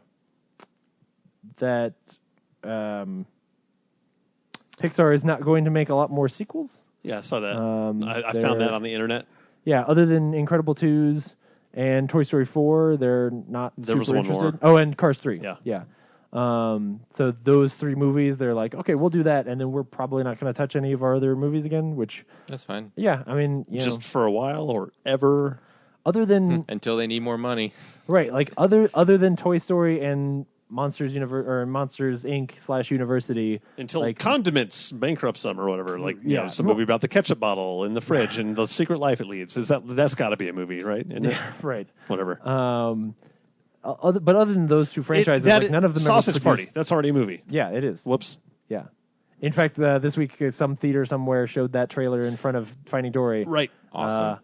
Right. Yeah, which was pretty good. I saw that too. Yeah. And they publicly apologized for that. So anyway, Anna Kendrick might want to be Squirrel Girl, even though Squirrel Girl is not going to be in any of the Marvel movies anytime soon. She can just be Squirrel Girl for me personally. I was just going whoa. And I was going to say like they should go put Squirrel Girl in the next Deadpool movie just so that can happen. Because I think that would be fantastic. Do you think that's where that would show up if it were to show up? Sure. Something like that, like that's where your thing that's like connected enough but so disconnected, like Deadpool. Yeah. Either that or like Guardians. If you found a way to just like get Anna Kendrick runs across the screen in a squirrel costume with a squirrel on her shoulder, like that would be pretty great. Just like pay her the day rate and put that in a movie. James Gunn could do that. He's insane. Yeah. Yeah. Or like, someone somebody gets handed a note and it's like, I found this business card at the bar, and then it's some note that they need for the story of the movie, but then they flip the business card over and it's Squirrel Girl's, like whatever the character's name. I have no idea. Oh, you do it like an Arrested Development stinger, where it's like, next time on Deadpool, and then like there he is hanging out with Squirrel Girl, and then you never actually put her in a movie. Or it's like the end of Fast and the Furious 5, where like they're going through paperwork, and then like there's what's her face that nobody ever wanted in the movie again. You remember that? Where The Rock is like looking through the paperwork, and there's what's her face? Yeah, what's her name? Yeah, she's Lost Girl. Yeah, right. Yeah. She's fine. I like her just fine. She's awful. She's okay. Yeah. I'm surprised that you didn't watch the Batman vs Superman thing, because didn't that release on VOD this week? I don't watch movies on digital. I wait for the Blu-rays. Okay. Anyway, the word of mouth, like I've seen a few reviews this week. It's ridiculous. Well, it's not great, but it's definitely vastly improved. Right, as I suspected. Because it's also recut in a different order. So like the scenes aren't necessarily even in the same. It's not just like some of the scenes are longer. It's like some of the scenes are in the right place. Is it released on Blu-ray? So it's on VOD now. No, it's on VOD now, and then I think it's 2 or 3 weeks. It's like July 16th or something. Yeah. And did you say that you had watched it? Because we were talking about this the other day. No, I know. I've seen a number of reviews of it. Sure. Because before I go spend $20 or $24 on this Blu-ray of a movie I don't ever want to watch again, I'd like to make sure that there's a reason for me to do that. Yeah. Every review I've read has been like, wow, I wish this had been the cut in theaters because it explains so much. Why did I go see that other one? Yeah. I mean, even one of the reviews was like, I want to apologize for shitting on Zack Snyder. Yeah. Because it was clearly Warner Brothers making him cut stuff that corrupted his vision. So. Which, I just want to say, I told you so, because I've been blaming WB this whole time, because they fuck everything up. So, good luck to Suicide Squad. Anyway. It's going to be awesome. It's going to be awesome. It looks fun. It looks fun. So I don't trust anyone there anymore. At this point, I'm like, that movie got Will Smith in it. Great. Yeah, so does After Earth. So shit. Yep. So does a lot of things, I guess. I Am Legend. So does 7 Pounds. So does Men in Black. So does Wild Wild West. Men in Black's a good movie. So does Independence Day. So does not Independence Day 2. Independence Day is great. He's in Independence Day 2. He's a picture on a wall. Is he? I was going to make that joke, but I don't remember actually seeing his face. When his son goes to the White House, and he's like staring at his father's painting on the wall. Oh, okay. Before he talks to the president. Huh. Yeah. Anyway. And the very last thing, which is some really bad news. I guess I should have started with the bad news. So the Cinemark here in Colorado. Yeah. Right. I didn't think you were picking up on this. I tweeted it, but yeah. Yeah. Well, no, I knew about it because it's really shitty. So basically, after there was I don't know if it's technically a class action lawsuit or whatever, but basically the victims of the Century 16 shooting a few years ago. 4 years ago. Yeah, 4 years ago, sued Cinemark, and Cinemark won.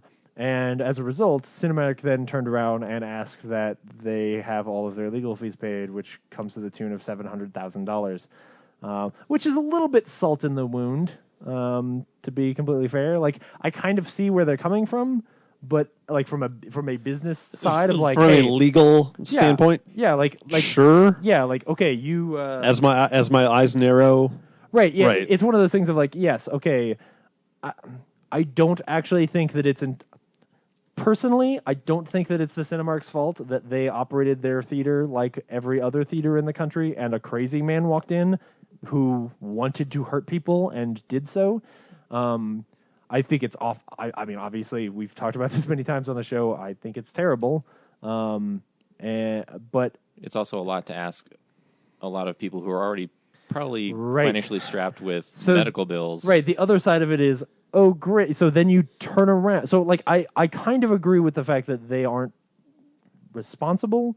Right. Like, I understand the court's findings. Not that it's even my place. Right. The court gets to decide. But to then turn around and do that to these people is unethical. Gross. Yeah. At the very least, disgusting. Yeah. Yeah, I don't know. I guess it does. Like, I can't even do anything about it because I wouldn't darken a Cinemark for like, under most reasons, right? Like, I go to the Alamo always, and if I don't go there, like, there's one or two other theaters that I might go to, but I never go to a Cinemark, so yeah. I can't even vote with my dollars and not go. The only one really in our neighborhood is the Belmar one, which we've actively It's the worst discarded. Theater in Denver. Yeah, like it's not because of the theater. It's the audience that is so awful. Yeah, dude, you remember? The audience drove us out. Yeah. Yeah, like it was so bad for so long. Yeah. Talking and texting. Gosh. Two things at the Alamo actively. Right. We'll chase you down over. Yeah. I haven't actually I haven't complained about anyone in a while. Sorry, what? Go on. You're fine. I'm just saying, like, I haven't put up a little flag and like gotten somebody yelled at by a manager in probably 6 months. I see.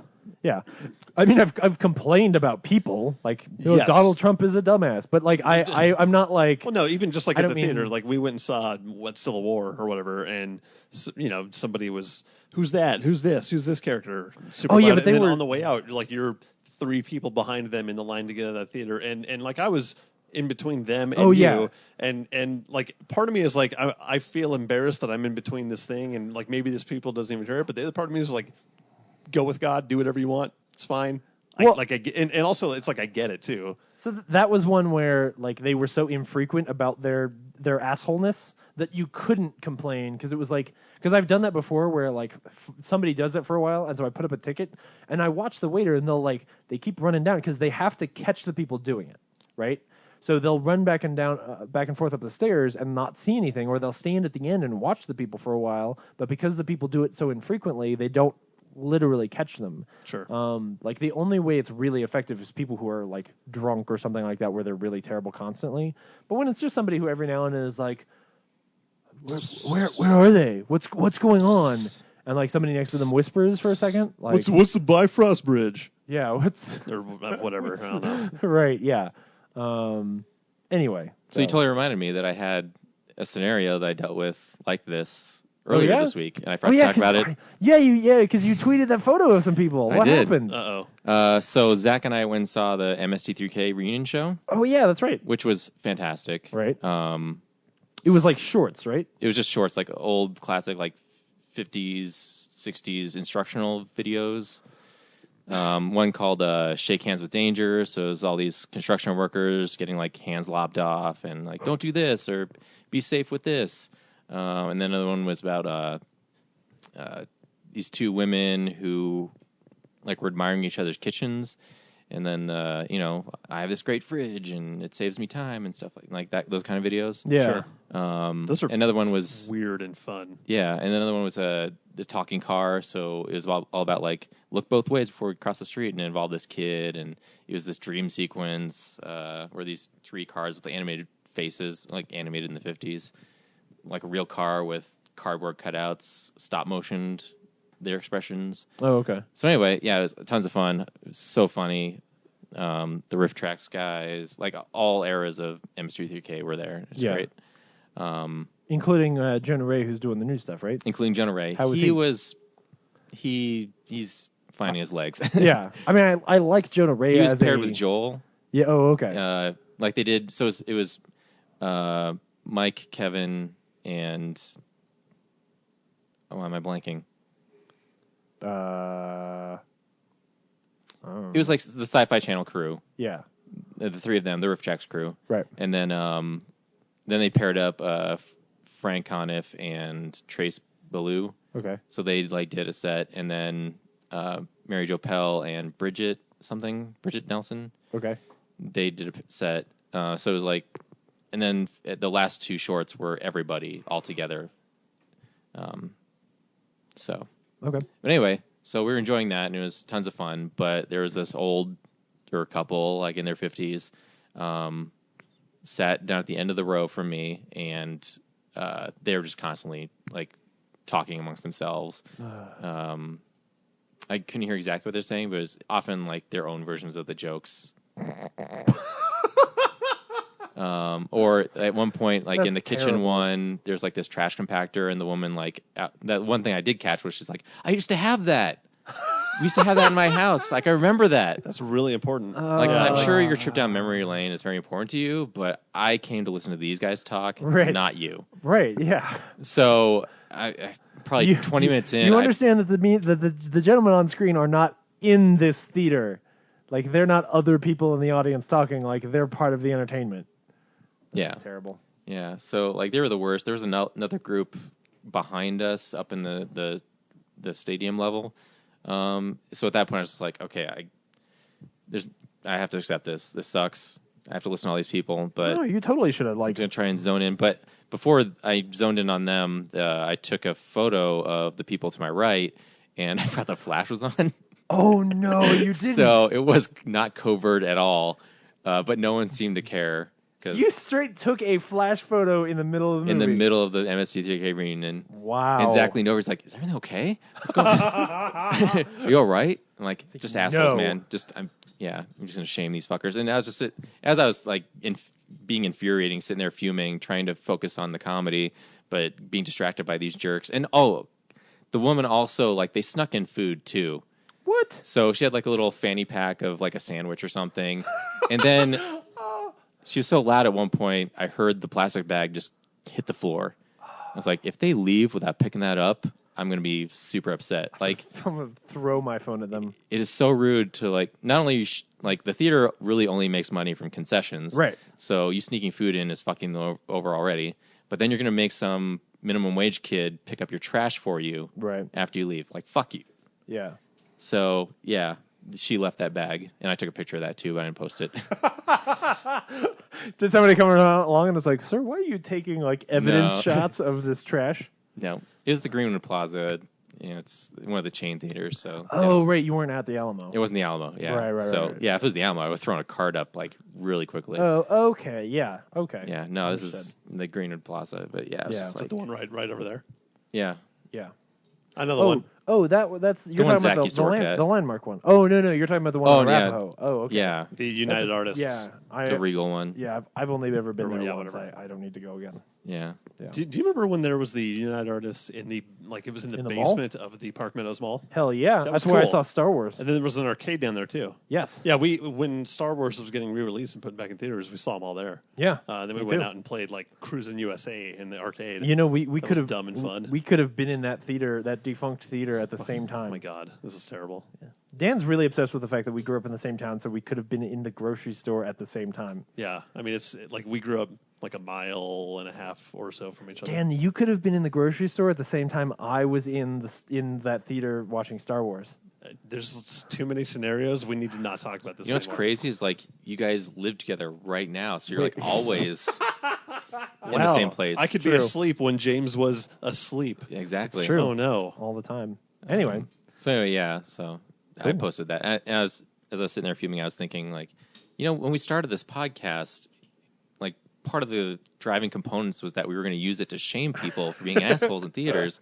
And like after the first one, we totally deviated. Well, it's because didn't do it ever again. We did it like 2 or 3 times, and it was just like it was actually really hard to get a photo of somebody because honestly, usually those people, as soon as the credits start, leap out of their seats and run as fast as they can out of the theater. Like, because why the hell would you ever sit and enjoy anything ever? Oh gosh, they're just the worst people. Yeah. The terrible human beings. Gosh, just stay home. And who says like kids are disruptive? Like just stay home. Yeah. It's equally anyone can be an asshole. The hardest part is when it's old people being disruptive because they do it because they can't hear good, or because they're confused, and they're sweet old people, so you don't want to yell at them. But like they ruined Moneyball for me. Because like every time a new character would show up, I'd hear old people whisper like, "Who is that?" I'm like, "It's a new character. Hold on, watch the movie. They're gonna tell you." Yeah, it's Jonah Hill, and I bet in the next 30 seconds we'll learn his name. Just hold on. It's frustrating. Yeah. Anyway, cool. Hey, Brad. What's up? What's going on around town?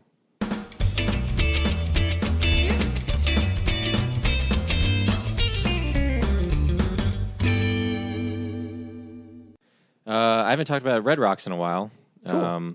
So Film on the Rocks is still going on, and the next one, July 7th, it's a Thursday. Yes, that would be. So these are not restricted to Mondays Well, the Monday is a holiday that week or this week, so that makes sense. They probably have a Blues Traveler show going on.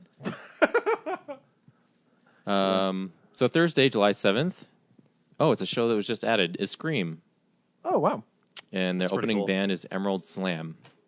Okay. So, and this episode should come out on time, but just in case it doesn't, The Sandlot is Monday, July 11th, with special guest Brent Cowles. Cool.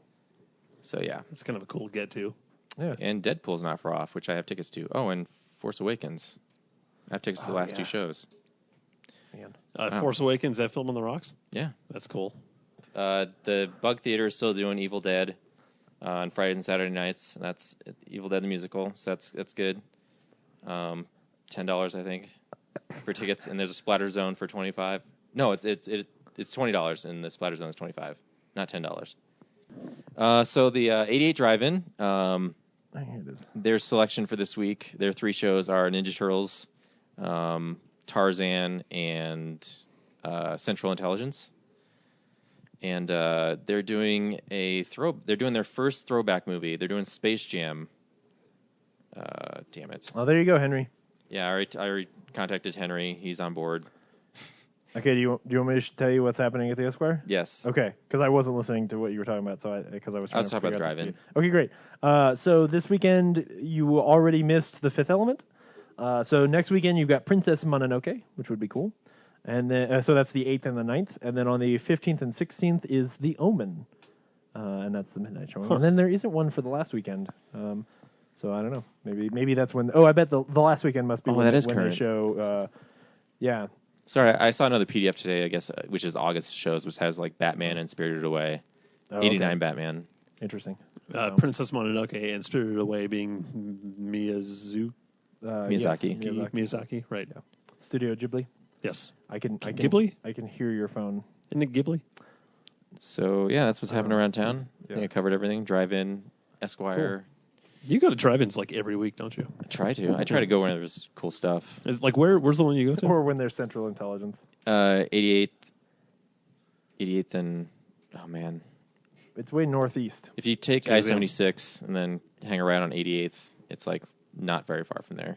Sure. Yeah. And I was bummed out on Friday or Friday. So I was like, oh, I'll watch Central Intelligence, and then they posted next week's shows. I was like, man, I could saw Central Intelligence and Tarzan for $8. Yeah. Do you still like tune into a radio? Yeah. Okay. Yeah. Cool. It's okay. I mean, it's a small price to pay for $8 for 3 movies. Yeah, sure. And it's a cool outdoor environment. I think the price you pay is that you end up seeing movies like My Big Fat Greek Wedding 2 and Central Intelligence and a bunch of other garbage. But hey, either way, makes for stuff to talk about on the cast. Sure, yeah. I'm glad you take that bullet for us. So, hey, this is what's happening at the Alamo this week. Hello. Hi, I'm Kevin Smith. Hi, I'm Leonard Maltin. Hi, I'm Mark Hamill. Hi, I'm Elijah Wood. This is Seth Rogen. I'm Christopher Mintz-Plasse. I'm Martin Starr. Welcome to the Alamo Draft House. All right, so the cereal party on the 9th is The Secret Life of Pets, so stay away from that. Maximum Bondage on the 10th is A View to a Kill, and then that's cool. And then on the 17th is The Living Daylights. That's a good one. That's like Timothy Dalton is an underappreciated James Bond. It's one of 2 Daltons. Straight up. I disagree. So also one of the better maybe I'm kind of damning it here, but one of the better things about The Living Daylights is that Aha did the song for it. Okay. On the 5th is Apocalypse Now with a cocktail pairing as part of the film and food thing that they do, which is always really cool. And then there is a craft dinner on the 12th for Back to the Future 2. I know. With beer pairings by Stone Brewing Company. Their craft dinners are awesome, but it's $40, and I love Back to the Future 2. I bet it's already sold out. Otherwise, I should totally go. Hard Target wasn't sold out. Yeah, that was fucking Hard Target, and this is Back to the Future 2. Not a lot of people's favorite Back to the Future. No, I mean it's certainly like the worst Back to the Future, even though it was my favorite as a kid. And they're all equally good, but whatever. They're all really good. Well, they're not equally good. The first one and the third one are fractionally better. I disagree. Fractionally better. I would put They're all one giant movie. It's great. Like I feel like this. Yes, I agree with that. I feel like this actually would not that it should be, but would have been the popular opinion, but maybe not in this group of 3. But I think 3 is the weakest movie easily. You're wrong. Alamo Kids Camp between the 4th and the 8th is The Box Trolls. So Run, Don't Walk. That is an awesome movie. The Beat Goes On 7/6 on the 6th. July 6th is The Blind Swordsman. Zatoichi.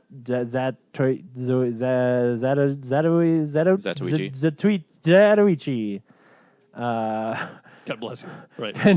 Fantastique on the 7th is Inspiration and Invention for Destruction.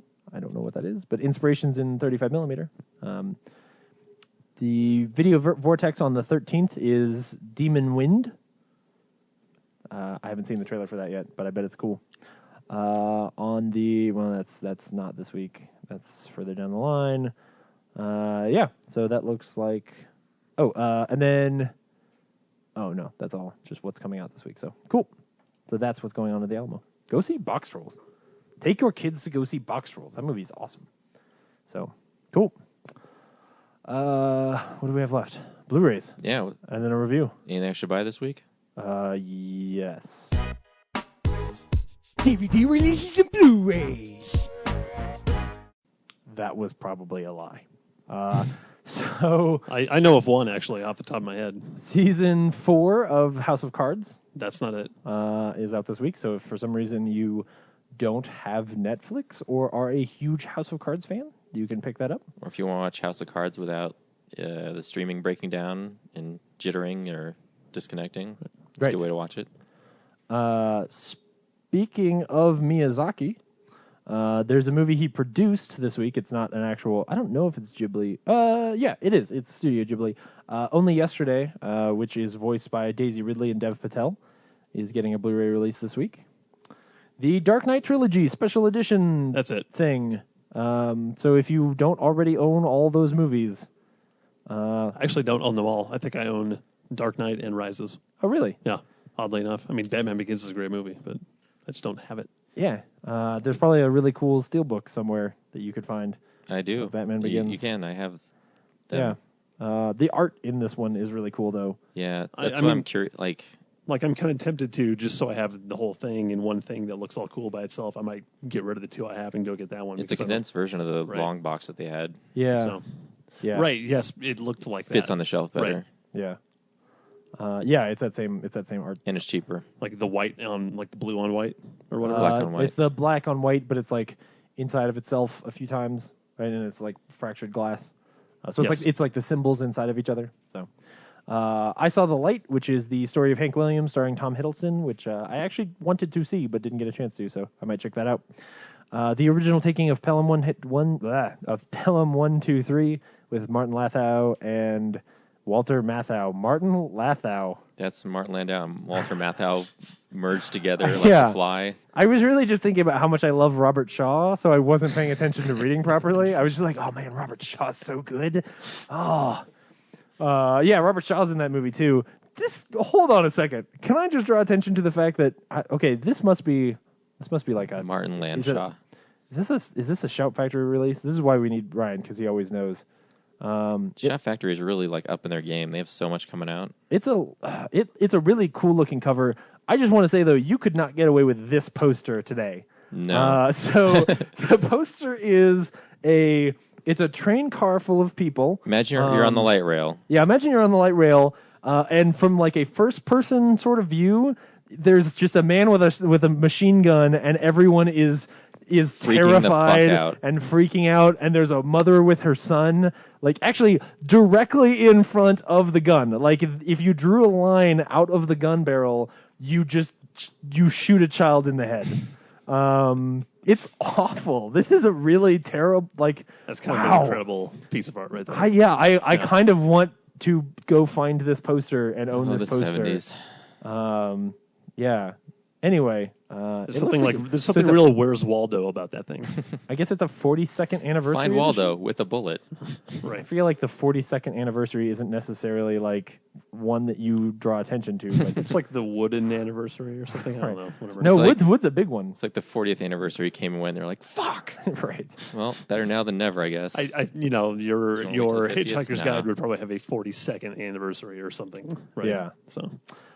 So there is a Criterion release of The In-Laws, the original The In-Laws this week, which is a movie I loved. Starring Michael Douglas. Starring Alan Arkin and Peter Falk. No, not Michael Douglas. You never saw that? No, because I saw the original when I was a kid, which is weird. I don't know. It's weird because my parents showed it to me, and there's like a whole sequence at the end where the like evil Arab guy who is the bad guy. This movie was way ahead of its time. It knew to make Arabs. Is he evil because he's Arab, or no? There was a comma there. The evil, Arab guy. Oh, I didn't see the comma come out of your mouth. Right. Yeah. He's got like this giant painting of a naked woman on the wall behind him in his evil lair. And so as a kid, I was like, oh man, there's a naked lady on the TV. But my parents were a big fan of this movie because they really liked Peter Falk.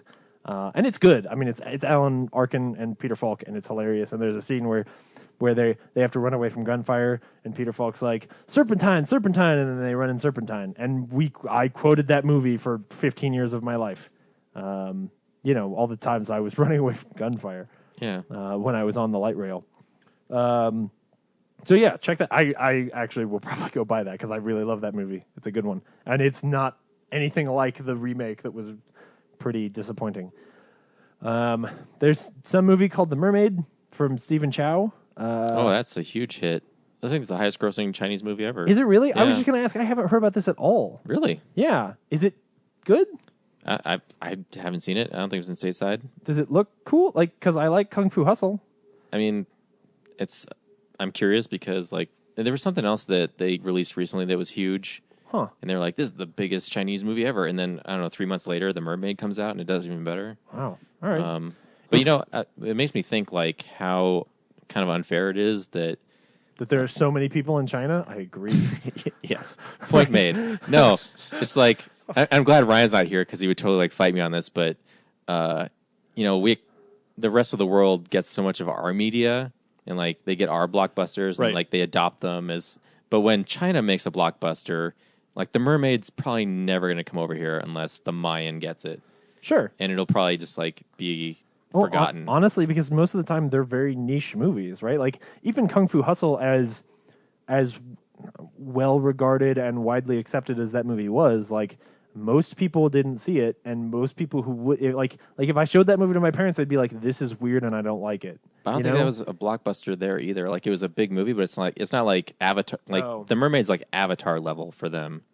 So I'm like, why isn't something that's like Avatar level for them like embraced over here? Because they like shit like Avatar. They're not watching The Lobster. No, I'm not saying like for us, yeah, like we don't like Avatar, but still like a lot of people went to see it. Like in 2009 it was a big cultural, like, or I guess Force Awakens now is a better example. Yeah. What you're saying is like, look, if over here Avatar is really popular, over there Avatar was really popular, so when The Mermaid is really popular over there, it should equally come over here and at least be shown, because theoretically the same stupid audience that sees it over here should see the same like stupid shit that like gets why does made everyone over else there. embrace our blockbusters, but when they have their own blockbuster we ignore it, Because everybody wants to be an American. Doesn't I got dark with it for a second, but but will it not show up on Netflix? I don't know. I mean, there's a Blu-ray right here. There's a ton of Bollywood movies all over Netflix. Oh yeah, I mean, I can buy the Blu-ray right here. Right. Holy shit! Holy shit! I need to see this movie.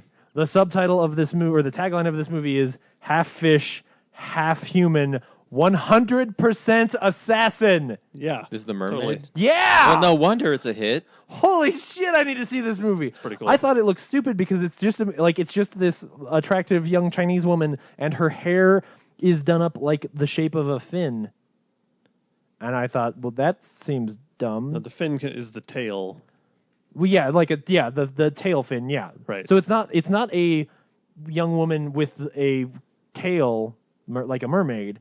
It's just the head of a young woman, and then her hair comes up off of her head like terrible CG'd on hair shaped like a fin. Like a tail fin. Because like here, the mermaid, I guess I can just turn it and show the listeners. Will have to go Google the mermaid cover from Stephen Chow, director of Kung Fu Hustle. Yeah, so you know you're looking at the right thing. Like that cover does not look like a movie that is not widely available or known. Yeah, like I would expect this to say from the director of Dougal at the top. Not, do you remember Dougal, the animated film about the dog that no one remembers? Anyway, go Google Dougal. Dougal. I don't think it was called. I think you're on their track. It was something dumb like that. But I don't know if it was Dougal. I know there's Aragon. No. No, Aragon's a different thing. No, Dougal was a. Oh fuck! This I know, this like podcast Jon Stewart is going does to a voice hell. in it. Yeah. Was it Dougal? It's some British thing. Yeah, actually. Doogal.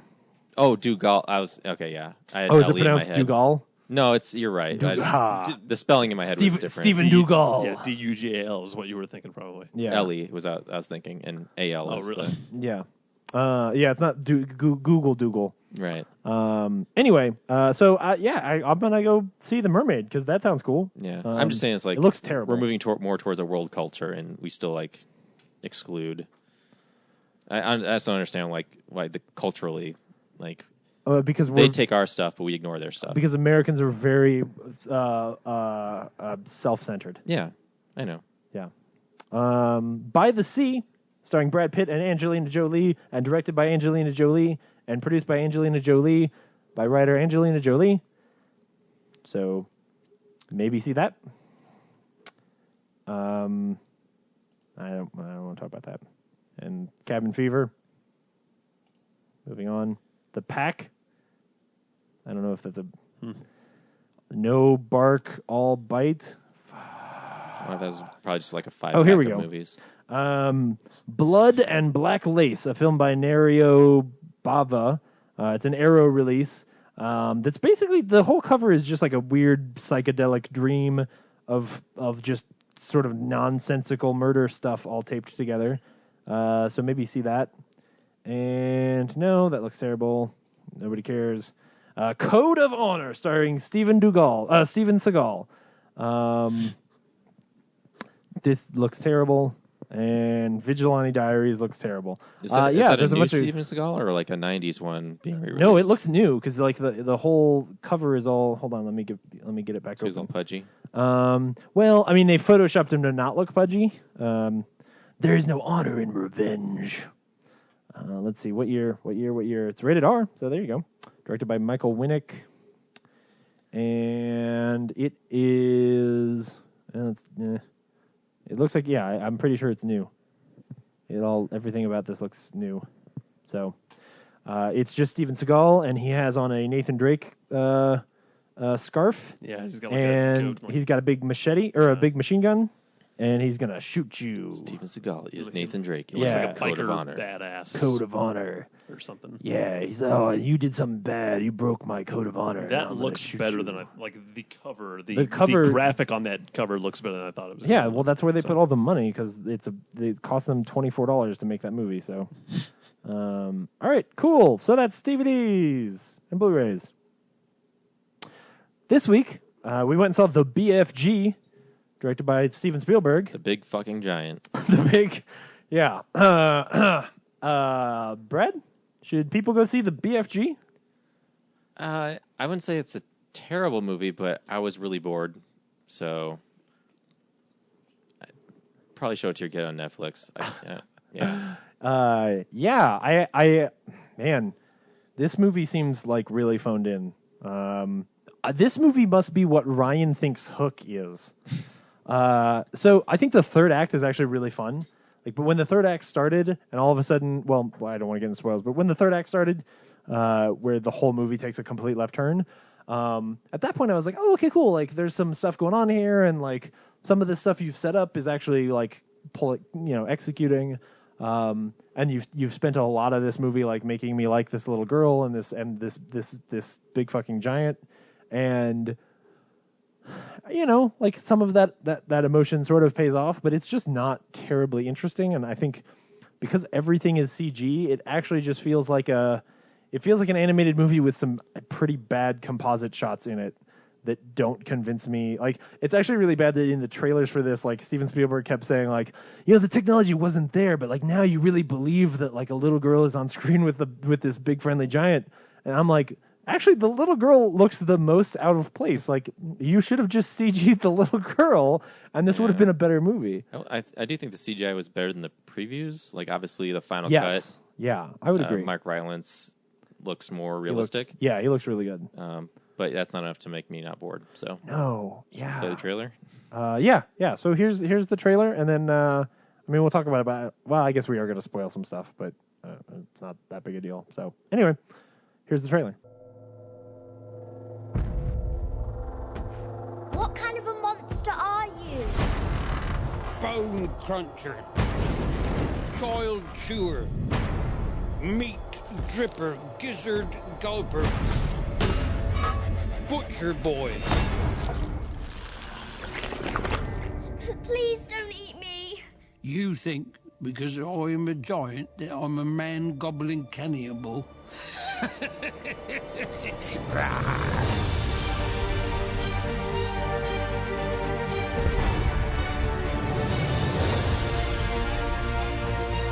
You can call me the big friendly giant. Oh my. I catch dreams. This one sounds like you. There are bad dreams here too. Yeah. Run, Sophie. Hide. You has a delicious little bean.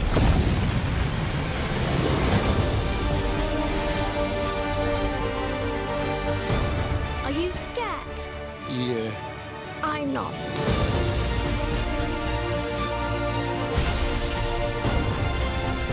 I have a plan. Brave Sophie. This be the story of a little gal. It'll be great adventures and laughter. Times will be hard, times will be soft. So hold your breaths, cross your fingers, here we go. I'm going to call you BFG.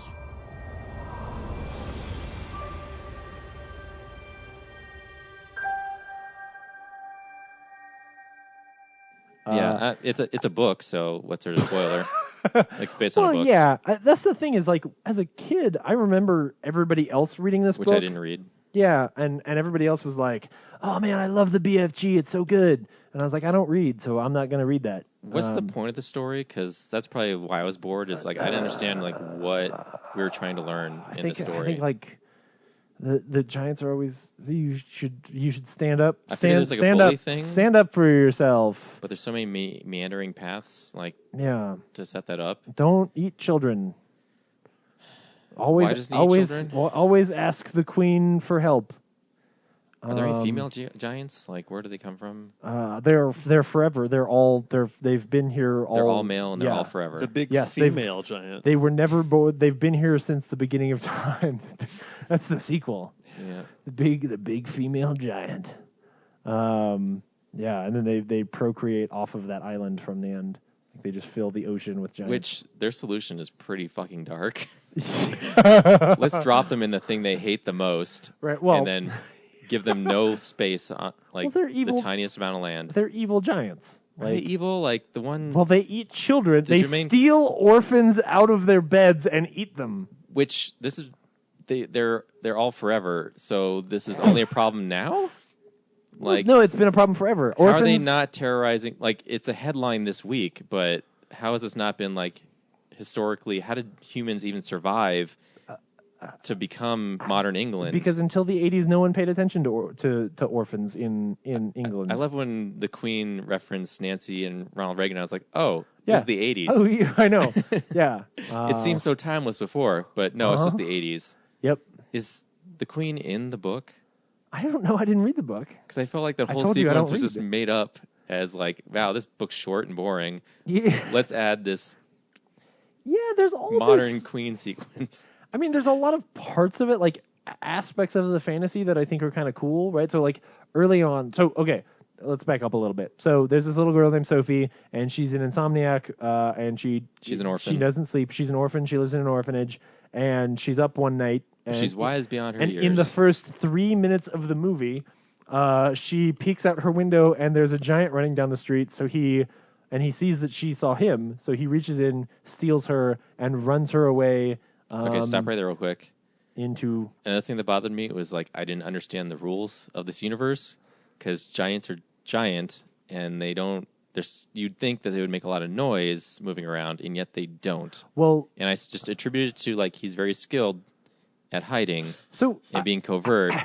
So I'll move on. That's actually like the most charming part of the movie for me is all the montages of him hiding places. No, the hiding's fun. It's just like which is kind of strange to be like, here's this movie with this giant. I like the parts where no one else can see the giant. But if I was a person in that world, like yeah, it's fun how creatively he hides, but at the same time, like I'm pretty sure I could feel a large presence, like stomping, like there would be vibrations from his feet when he runs.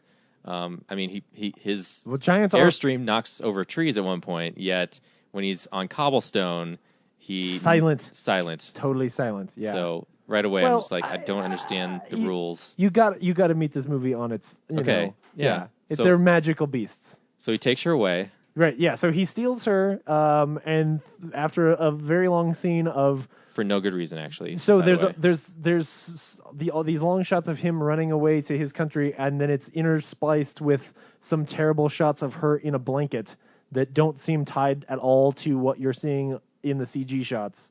When that composite shot happened, I was like, oh, Steven, what are you doing? That should have been the part you spent time on. Like this, especially in the like preview things where they talked about like, oh, we all made E.T. together. Like, yeah, okay. And in E.T. you made his eyes dilate so that he felt real. And in this movie you shot a little girl on green screen as close up as you could, and then fit a CG movie around her. Like the part where he chops up the cucumber. The snozcumber? Yeah, the snotcumber, yeah. Yeah, those slices go in the pan, and then she tries to escape, and he brings the pan over, and she falls into the pan with these, like, slimy snozcumber slices, and yet her dress doesn't get stained or, like, slimy at all. No, but that is not what's wrong with this movie. What's wrong with this movie is that it's the compositing, boring. Again. There's a part later where she's inside the snozcumber, and she comes out and she's covered in slimy, snot, yeah. But when she's in the pan and she's sliding around in it, no attention was placed to that. Right, exactly. Yeah, it feels very disconjointed. They weren't dry slices; there was slime in there, and yeah. So anyway, he takes her, and then he's like, you have to live with me forever because you would have gone and told everybody that you saw a giant, and then hunters would come and kill me. And she's like, why? I'm a child. Nobody would listen to me. And he's like, whatever. And so then you learn that he is like the giant's 2FB, too fucking bad. So, you have to stay with me. So the giant, what I imagine is part of what's fun about this book is like the giant speaks in weird words and stuff, but it's kind of just annoying in the movie, but it's fine. And it's hard to understand at times. Yeah, and she speaks weird too because she's British, so that makes her hard to listen to as well. But I thought the fun reveal was that he is a runt among giants. Yeah, so he's actually a small giant, and his job is so at some point, I never know when things happen in the day or the night. I think the giants sleep in the day, and then during the day I don't know when he sleeps, because at night he goes into town, and during the day he runs up the hill into the nighttime where there's a tree. A dreaming tree. There's a tree. Yeah, there's a dream tree, and that was cool. So this was a neat idea. So like he jumps into this lake, and then he's on the other side of the lake where all the dreams are. Yeah, you have to go into the lake to get into the underside where... Right. You're in the reflection of this tree, and in the reflection of the tree are all the dreams. He catches dreams, both good and bad.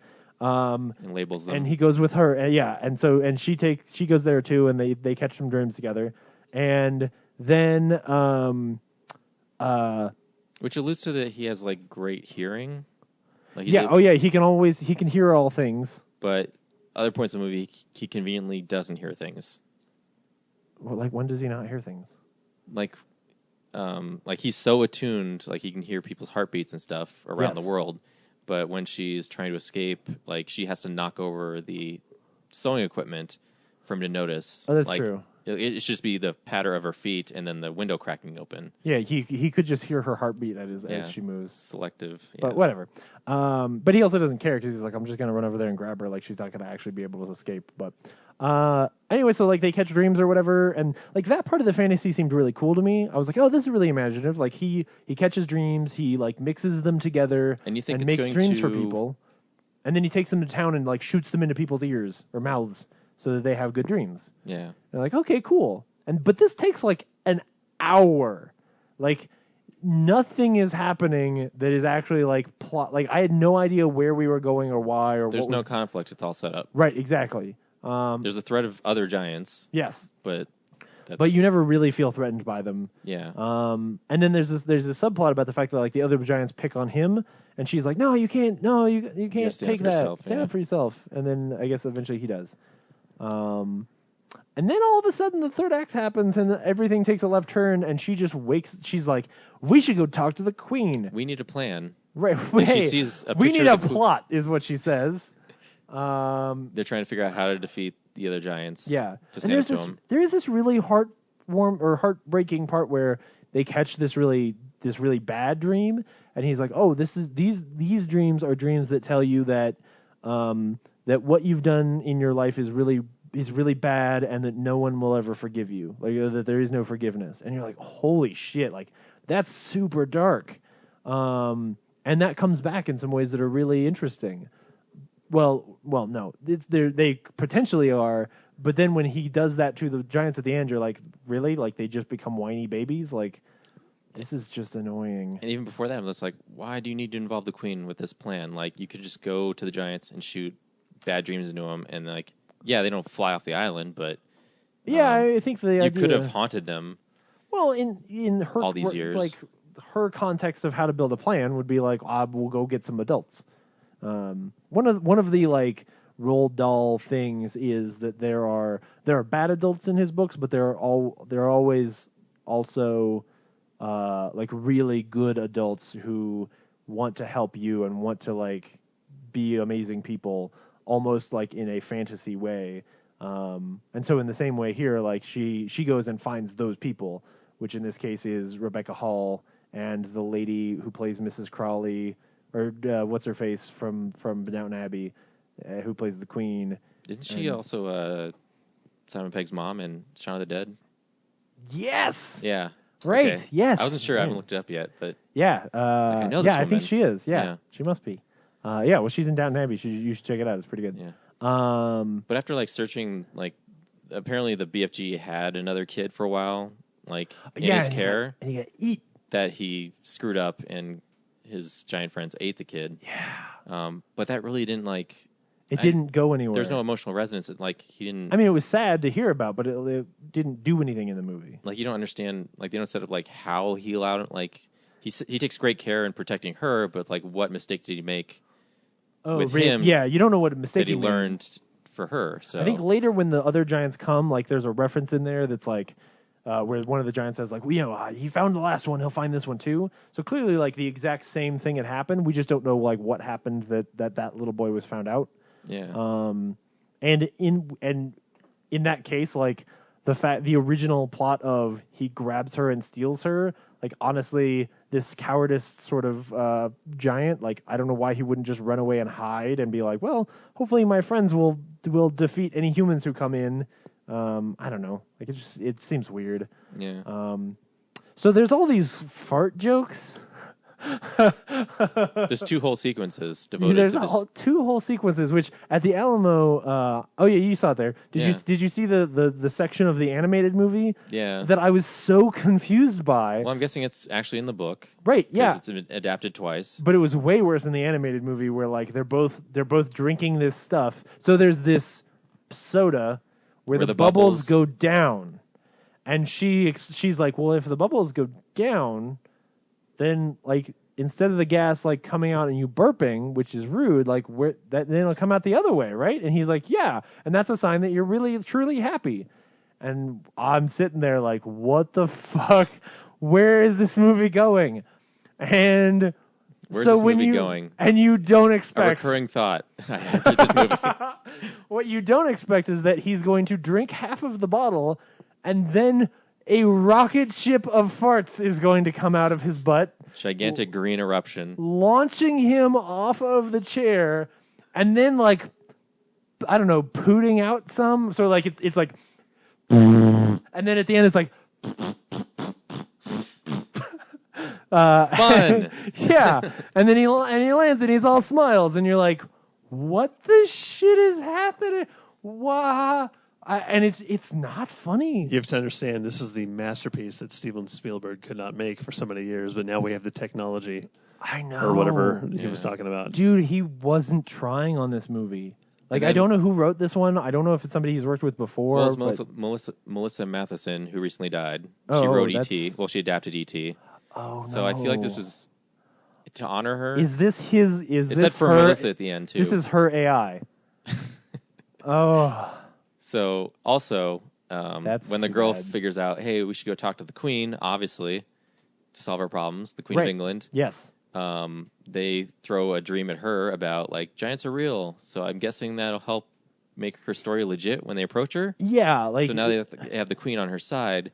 Even though you're right, she could just show up at the Queen's window with a fucking giant. Yeah, and be like, see? Real. Don't kill it. Yeah, please don't kill it. I'm friendly. Yeah. Well, I guess that's it, is that the dream at least sets it up so that she understands that there's a friendly giant and there are bad giants and there's a little girl. I don't know why I would believe a dream more than my own eyes. Like, well, if it at least gave you pause long enough to think, maybe the giant's not a bad guy. Because if a giant walked down my street, I'm driving my car into it as fast as I can because I don't own the gun. No. Like, I'd be like, is he smashing things? No, we're good. Yeah.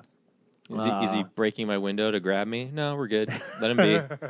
Well, or at least I guess I would stay in my house and hope the army shot him to death. And anyway, if I were the Queen, anyway. It's all set up for this like extended my kids get eaten. breakfast sequence where the little girl gets invited to eat with the Queen, and they set up like the grandfather clocks with a platform, so a large table for him to sit on, and all the Queen's servants have to climb ladders to deliver huge plates of food for him. Yeah. And then he drinks the wine again. He serves it to everyone. And you think, oh, well, they'll cut before they go through that gag again. And nope. They have Everybody's farting. Even the 3 corgis. Yes, the corgis drink the CGI corgis. And they rocket fart out of the room like they're on roller skates. Into the hallway of Buckingham Palace. Yes. And then the Queen rips one that blows the tablecloth off her table. Hers is the most understated and respectful, which is nice. And then she's like, oh, great, let's go to Giant Country. Like, that's how the scene ends. Let's send the Everybody military. Farts, and she's like, let's go to Giant Country.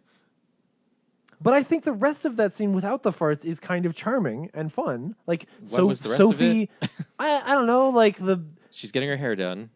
Yes, Rebecca Hall's very nice to her, and you're like, okay, great. Like, clearly the orphan is going to get adopted by Rebecca Hall, which happens. Luckily, she doesn't have any kids of her own, I guess. Whatever. Just coincidentally. Yeah. And nor do we have any setup that she aspires to be a caretaker of children. Yeah, right. Yes. Yeah, this movie's not good. This kid's cute. I'm just going to adopt her. Yeah. But I mean, and that's okay. But I mean, I could have wandered into an orphanage at any time, but luckily one was just handed to me. There's some of the little conversation there that I think is a little bit fun. I can't remember any of it now. Yeah. So anyway, then the Queen sends the British Army. She sends 12 helicopters. Yep. Cargo copters. Yes. Big cargo copters. No actual military, really, but which I don't think can support the weight of these giants, but whatever. It's the 80s. High tensile helicopters, and they go in there, and so the big friendly giant and Sophie get there first, and they tell the copters to wait. Yes, they tell the copters like for wait a really over there. long time. Hold on a second. They go in, and they sit on the rock, and they have a really great, and that scene is really good, where they have this wonderful conversation that feels like what the payoff of the movie should do. Where he says to her, she asks about what her dream was And he says like, well, he basically says like, your dream is to go like have a life and have a family and grow up and have adventures and sometimes have sad things happen to you, but to have like a real life outside of this fantasy world. And it's really a touching scene that's done really well. That is all like Spielberg just delivering exactly what you would expect him to do, but kind of only in that scene. And so it just feels like it doesn't actually pay off anything because nothing was set up properly. Exactly. Like I didn't get any sense that she was failing at life. Like I mean, she's an orphan, but that's not her fault. Like what? I didn't see like her not having those aspirations and then learning to have them. Yeah, like she'd never thought like, well, I'd like to have. I'm an orphan. I never thought I'd like to have a family one day. Yeah. Until you told me. Yeah. Like she seemed pretty content in the orphanage. Like she was kind of running the show. Yeah. She told those drunks off. Well, she tells us in the movie that the woman who runs it is shitty, yeah. but we never see it. Right. But I'm just saying, like she's done pretty well for herself. Yes, with limited. They're not showing you getting her means. abused. They don't show you her being abused at all. Sure. Yeah.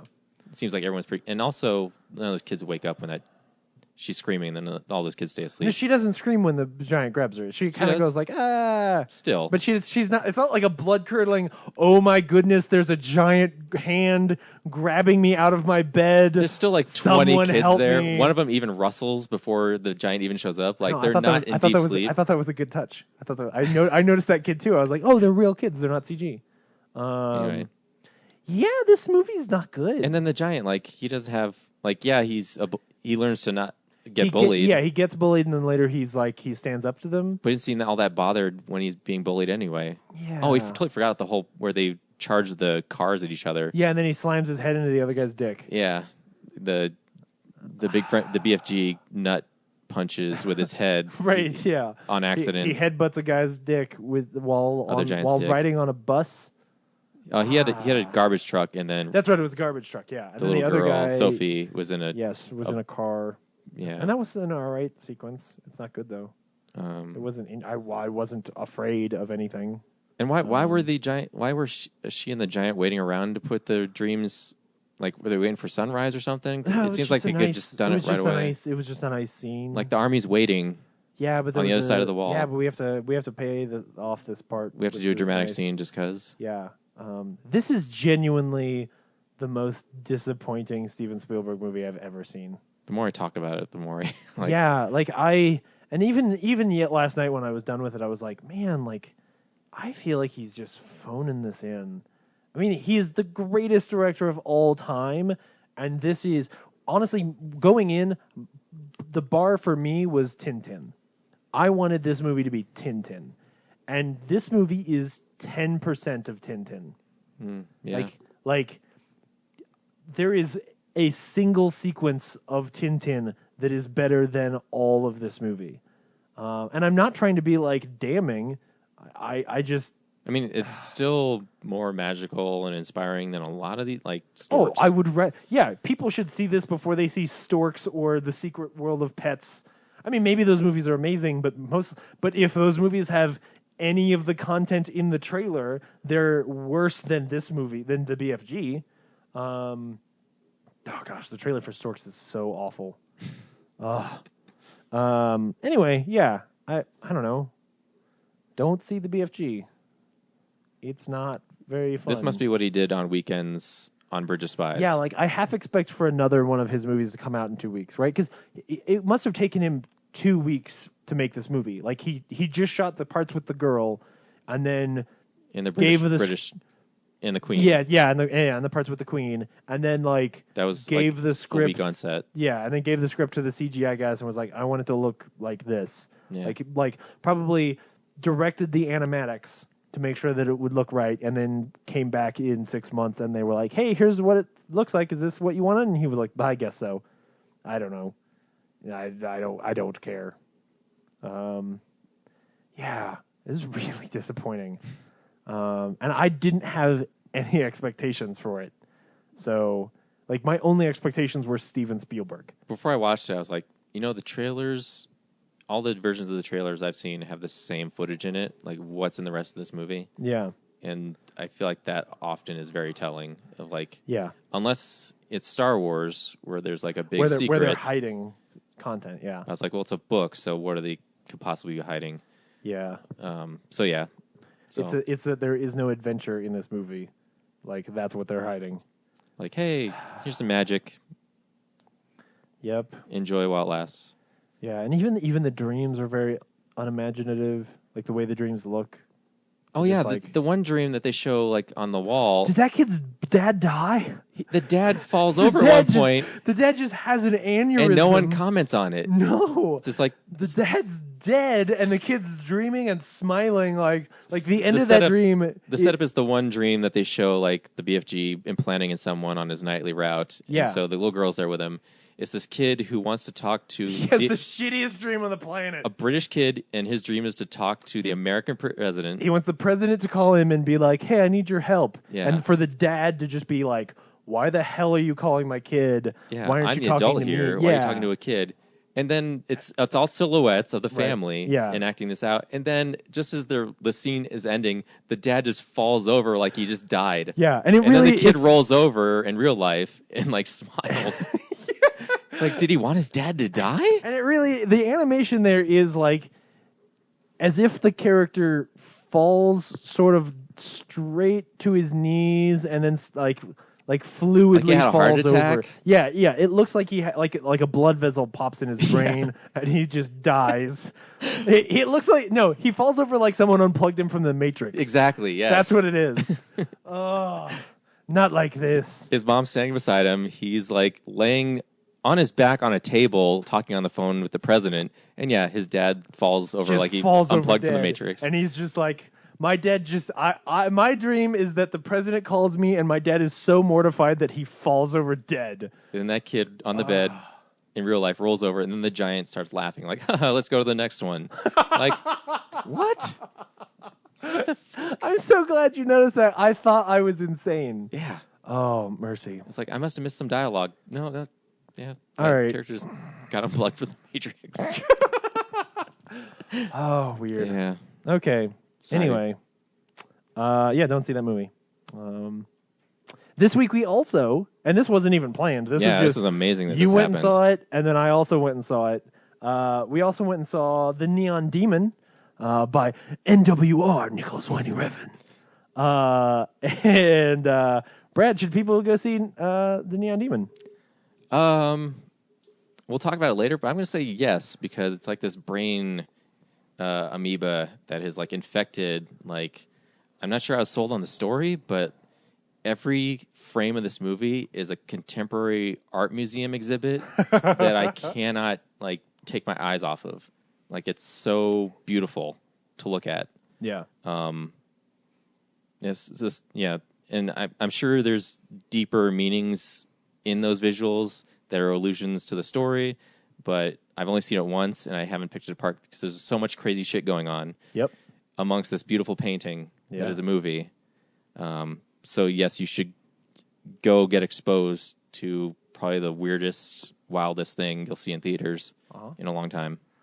Yeah. Dan, do you have a question for me? No. Did you see you're this movie? You're supposed to ask me whether or not people should see this movie. Oh, hey, should you go see the movie? Yeah. About a week ago, Kendall from the Draft House came back, and she was super excited about this trailer when it came out. And I saw the trailer and I was like, oh man, like after Only God Forgives, I just saw this trailer and I was like, damn it, like why is Nicholas Winding Refn like not telling stories anymore? Like, why isn't he focused on characters? Because Drive was so good and such an amazing character drama. Even though the characters hardly ever speak, like he got such amazing performances and really built deep characters that I saw this trailer and I was like, oh no. Have you seen Bronson? No, I haven't seen Bronson. That's like a tour de force too. That has more story. Yeah. I need to check that movie out. Anyway, and so I ran into her at the Draft House and we started talking about it and she was like, oh, I really like it, but like a third of the audience walked out the first time I saw it and like in the first 10 or 15 minutes or something like that. And I looked at her and I was like, so am I going to like this movie? Like I like Drive. I hate Only God Forgives. Am I going to like this movie? And she just looked at me and goes, I know you're not going to like this movie, but I think you should see it because I think you'll appreciate parts of it. So I told you all of that to explain some of why it's really fucking impressive for me to say that, honestly, this is probably a top 10 movie for me. I fucking love this movie. It's pretty and cool, have right? not stopped thinking about it since I saw it. I will agree, like, you said lots of people walked out. Like, it is super slow, like, for the first 45 minutes. Yeah, but I don't care because everything I said that I was afraid of is not true in this movie. Oh. It's some of the best performances. It has really interesting characters with some really crazy shit going on. There are a couple of scenes. So there's 2 sections where it gets like psychedelic enough, where like all the modern artiness of Nicholas Winding Refn comes in, and he starts to get in his way, and we'll talk about that. And the first scene is written wrong, and the dialogue is awful. And so I was really afraid in the first scene. I was like, oh no, like this is terrible. But this is what I. Is that the bathroom scene? The scene where we meet Jenna Malone, and they're just meeting, like she's the makeup artist, and it's right after she's. Okay. It opens. Wait, we'll talk about it. I saw this a lot longer ago than you did. So yeah, I saw it on Tuesday or something like that. Anyway, so. Shit, I was about to finish and then go to the trailer, and now I can't remember. There was a point I wanted to make. As soon as it was over, the thing I texted to Steve was that this is the best vampire movie I have seen in years. And while it is not literally a vampire movie, this is the best vampire movie I have seen in years, which we will explain in the very, very, very, very spoilery review of this movie, because I don't know how to talk about this movie without telling you what happens. And I don't know that it matters. I mean, I think there's some definite shock value to some of this story. I think visually, what's expressed is so shocking. Like, yes. If we just talked about it, it would sound like any other movie. But what you see on screen is what gives you the impact. And that slow burn of the movie is such that when you get to the really shocking parts of the movie, you're like you're living inside of this awful, awful thing. It's pretty great. So anyway, here's the trailer for The Neon Demon. I see 20 or 30 girls come in here every day, mostly from small towns with big dreams. And they're all good. You're going to be great.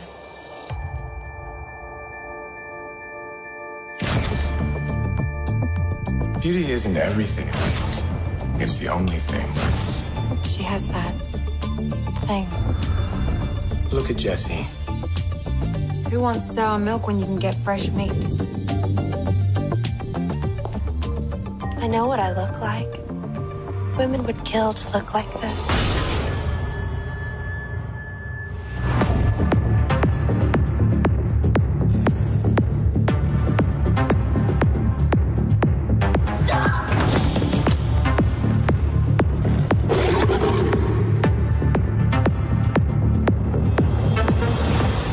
Having a party or something? You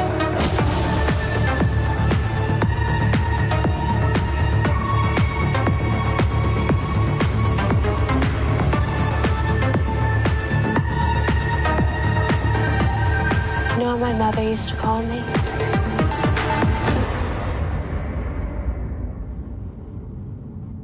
Dangerous. Which I think is just music, right? Yeah, probably. Yeah. So Did you enjoy that music? We're probably just no. I mean, honestly, if it is just music, you should just like lay it underneath us talking right now, because otherwise that'll be really. Yeah, you're right. I don't think there's really any dialogue. Yeah.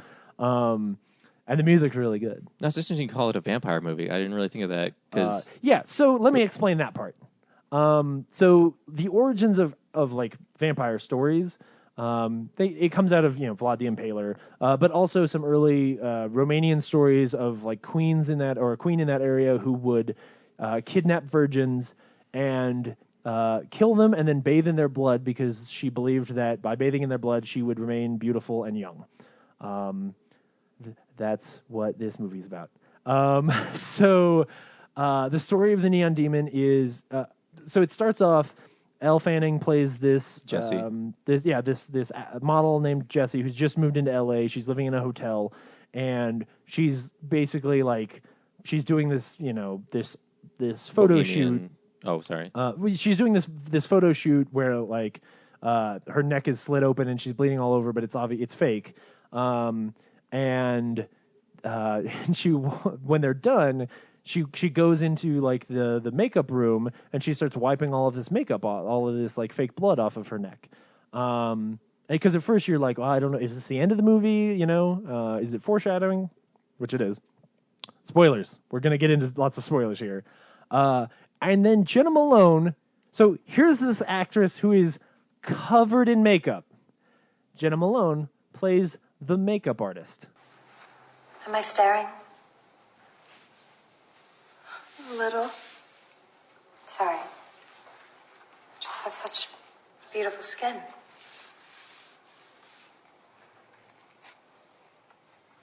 I'm Ruby, by the way.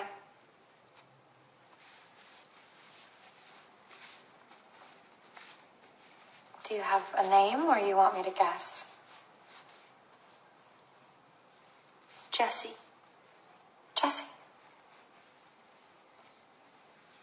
And you just get to LA, Jessie? How'd you know?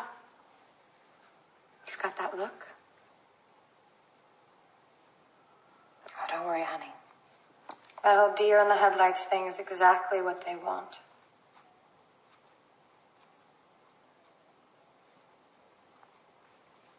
Here, let me help you with that.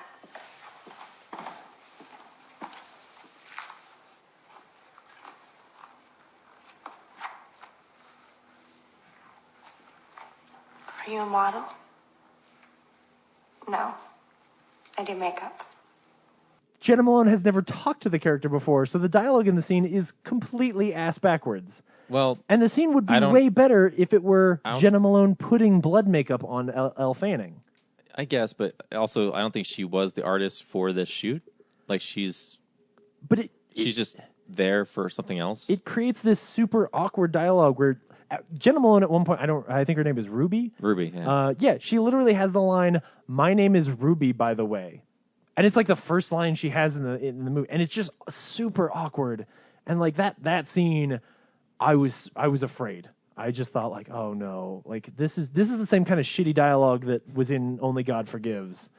I was terrified. But that's the only scene that I felt that way. Because after that, like I felt like the dialogue got really good.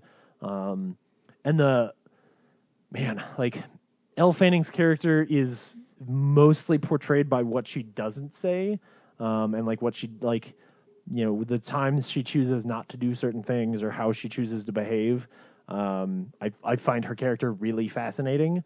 So then she goes and she ends up befriending Jenna Malone and like going to this weird party, and meeting these two other models. And like it gets all trippy and weird, and they watch this demon dance thing. It's like this BDSM performance or something. Yeah, it's like a weird BDSM like floating woman performance. But the music's all really cool, so who cares? And the lighting, like it's because it's doing this flicker thing, so you're only seeing like a couple frames of what's going on. Yeah. So it's very striking. And I have to think that it's weird because in that scene goes on for a while. And there's not a lot happening, but I was thinking about like how it was shot because it looks really good. And I have to think it's not a real strobe light. I think he shot it. He filmed it in complete light and then just dropped out frames to create the strobe effect. Because it's also a little inconsistent in a weird way. But it's a really cool sequence. But basically, she starts befriending these models, and you learn that she's actually very meek. She's very quiet. Her family is dead, and she's moved out there just because she's been told she's pretty. Yeah, everybody tells her that she's very everyone beautiful. In a small town, but she's not. She doesn't think she's very smart. Turns out she's only 16. So she's not out of high school yet. She just doesn't feel like she can do anything else, but she can use her beauty to make get money. Ahead. Yeah. And these other models are established models. Jenna Malone, it's not clear, like, maybe she was a model, but now she's a makeup artist. And there's this really great scene where they talk about how lipsticks are all named after either sex or food, which is really important. But I didn't realize that until a day after I saw the movie. And anyway, so the movie sort of tracks her story as she starts becoming famous, and basically everything she tries to do, when she goes into a modeling agency, like they sign her right away. Everything she tries to do, she just gets it easily. And they're setting this idea that she's just naturally more beautiful than everybody else. The other models talk about like getting surgery and that kind of stuff, and she never needs it. Like everybody just treats her like she's made of gold. Anyway, man, it starts to become hard to explain what the plot of this movie is. Like it's a lot of vignettes of like, so she goes on a date with the photographer from the first scene. Oh yeah, right. And he's like this super nice guy. It turns out. Yeah. Too nice. Yeah. And so she takes advantage of him in ways like right, the fucking cougar. Sorry. Yeah. Keep going. Then there's another scene where she goes, like she does her first nude shoot, like unintentionally, and Ruby tries to stop her. Well, because it feels like she's getting taken advantage of. Like right. you think, and but that's the cool part is like I'm sitting there thinking like, oh well, this is going to lead to him raping her or something. Right. But it turns out it's just like he's such like an eccentric fucking photographer. Right. That he ends up just like she's nude, but it's just to get like this creativity out or something. Yeah, so he wipes her down with like gold paint and stuff. And, right. And like it is bizarrely like sensual considering that she's 16. Yeah. But he doesn't know that because she tells him she's 19.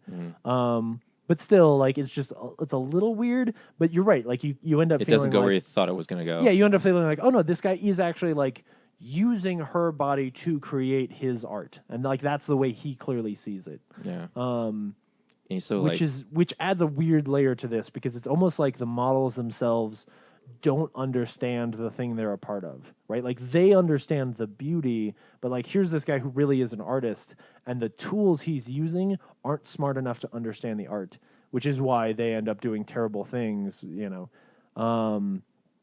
So then she comes home and there's a cougar. Right. Yes. So then there's a apartment. scene. So she lives in Keanu Reeves's hotel. Yeah, Keanu Reeves is in the movie. Yeah, and he smokes a lot of cigarettes. He's a shitty landlord. Yeah, he's a terrible human being. And in the movie, I'm sure Keanu Reeves is a nice guy, unless you unplug him from the Matrix. So she comes home and like she hears a noise in her room. And she opens the door and something moves. And she's like, what the fuck is that? Like, is there a vagrant in my room? She goes and Keanu Reeves gets his dude with a baseball bat. And they both go up there. And there's a fucking cougar. Like, she left the door open and a cougar. Her back sliding door. Yeah. Yeah. And he's super pissed because he's like, well, now you left the door open and now this cougar has ruined this hotel room. Which he honestly is only doing because he clearly just wants to exploit people. He just wants to extort money out of her. Right, yeah.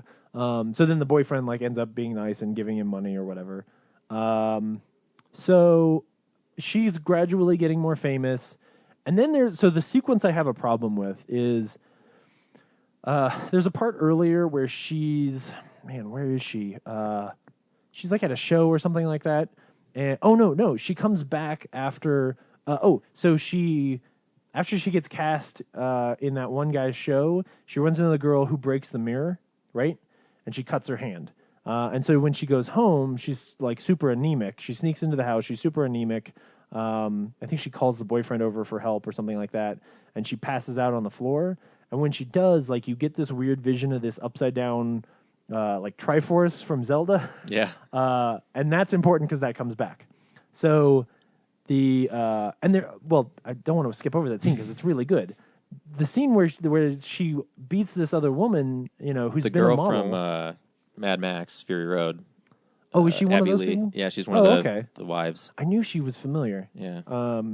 So she's like an established model, and they were up for this audition with this high-profile runway guy, fashion guy, and Mad Max girl. She auditioned first and was brushed off. Like the guy didn't even look at her. Doesn't even look at her. He's like folding his pocket square. Yeah. And then Jesse steps up and like all attention is paid to her. Yeah. Signs instantly. Right. And then.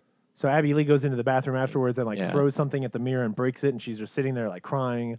And Elle Fanning comes in and they have this really great conversation about like, they could only be a few years apart, right? Like she's 16, Abby Lee is maybe 24 in the movie, like 22 at the most. Yeah, 20. Yeah, in this world, right? Yeah. And but like she's on the way out, and like she's so defeated, and it's a really great little sequence. I thought you did great. Don't do that.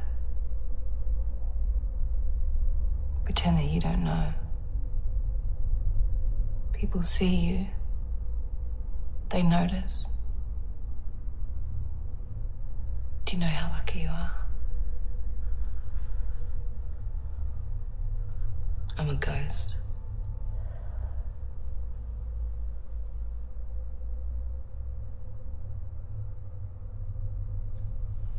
What's it feel like? What do you mean? To walk into a room and it's like in the middle of winter, you're the sun. It's everything. Because you don't feel like Elle Fanning's not doing anything malicious. Like she's not trying to be mean about this, you know? It's just the way that this stuff the luck works. of the draw. Yeah, like she just has this thing that allows her to do this. And so she goes home. Anyway, skip forward. Sorry, I'm trying to remember a movie where like a big part of it was like aging out, kids aging out. Oh, Hook. No, I'm just kidding. Dark Knight Rises. Sorry, that's what I kept thinking of. When do kids age out in Dark Knight Rises? The orphanage in Dark Knight Rises. Joseph Gordon-Levitt's character. That happens? I guess I need to go watch that movie again. Yeah, he comes from an orphanage. That's why, and that's how he knows Bruce Wayne is Batman, because as an orphan too. Oh yeah, he can recognize. But sure. A lot of the kids he's talking to and interviewing about Bane, he's always like, he talks to like the orphanage the old man guy. Yeah. He's like, we can't keep them here. Like, eventually they age out. Like, we can't keep adults here. Yeah, right. So that was in my head is like these models, like eventually they age out. Yes. Yeah. Sorry. No, it's all good. Tangent. So there's a scene later where like she's getting really famous. She's getting like too famous to even hang out with the boyfriend, and there's this sequence where I think it's actually when she goes and does that show, because she gets chosen to like finish the show. Right. And then it goes super psychedelic, and so the upside down her falling in love with herself. Yeah. So the upside down Triforce shows up again, and it becomes, I thought, like even when it showed up the first time, I was like, okay, the movie's called The Neon Demon. So going into this, I have this like this theme about possession and all of that stuff in my head. So I was like, okay, when it came back, I was like, okay, this thing is like your visualization of like her being possessed by self-love, because then like there's these mirrors and she starts kissing herself in the mirrors and stuff like that, and it just goes on for a while. And that was the one point in the movie where I feel like her character is so well established in these tiny little moments and these subtle things that Elle Fanning does in the performance, that then to have this heavy-handed sequence where it's like, okay, we get it. This is the part where she gets possessed by the fact that she's in love with herself, and like now she becomes like this red, like now she's red-faced. Like she's like this red light hits her, so now she's like evil version of her. She's crossed over. Yeah, and I was just like, oh, okay, man, we get it. I was fine with it. It was arty. Yeah, but that's my point. Is like I already knew that was happening in the movie. You're getting arty got in the way of that moment, and then what happens? Also, the scene before that where they're in the restaurant and they're trying to hang out with the fashion guy in his group. Yeah. I thought there was a really good statement made about like, so she's with her boyfriend. Yes. And so she's good. gotten really. I mean, this is after. I think it's after that. Yeah, because she's in that dress that she. Yeah, she's in the headspace of like she's special and she's the greatest thing ever now, and she's with him, and the fashion guy's talking about how beauty really is what controls everything. Yeah, it's a currency that buys you anything, and yeah. And then the boyfriend stands up and says like, no, she's more than that. Right. And then he brings up like, well, if she wasn't pretty, would you still be paying attention to her now? Would you even have stopped to look? Yeah. Right? You're so good at remembering these things. Yeah. Well, line for line. It's because I really loved that part of the movie. Yeah. Because what he's saying is, the boyfriend is like starting to pitch the nice guy argument of, no, like I really love her because of who she is and like who she is on the inside.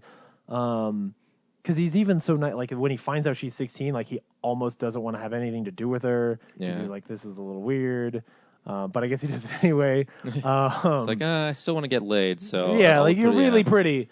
And I feel like you're good for my career. And yeah, so that in that scene where the guy just, like, smacks him down, is like, you wouldn't have even looked at her to know that she was a good person on the inside if she wasn't this beautiful. Dean, we're having a little debate over here. We need your expertise. Okay. You know Gigi, right? Well, I mean, we just met. Wait, will you stand up so that he can take a look at you? Go on, stand up. Well? Well, what? What do you think? Do you think she's beautiful? I don't know, I mean... Yeah, I guess she's fine. Yes, that's exactly the word that I was looking for. She's fine, right? You can sit down now, thanks. Thank you, Dean. Now, look at Jessie. Nothing fake, nothing false. A diamond in a sea of glass. True beauty is the highest currency we have. No, without it, she would be nothing. I think you're wrong. Excuse me? I said I think you're wrong. Well, so you're going to tell me that it's what's inside that counts? Yeah, that's exactly what I think. Well, I think that if she wasn't beautiful, you wouldn't have even stopped to look. And it's just damning. And then she tells him to go. Yeah, and then she tells him he's uncomfortable, and she tells him like, all right, you can leave. So then she goes home, and so it gets a little weird. So she goes home, and she lays down on the bed, and it's almost like this weird sequence where you think like, is she enticing Keanu Reeves to come and rape her?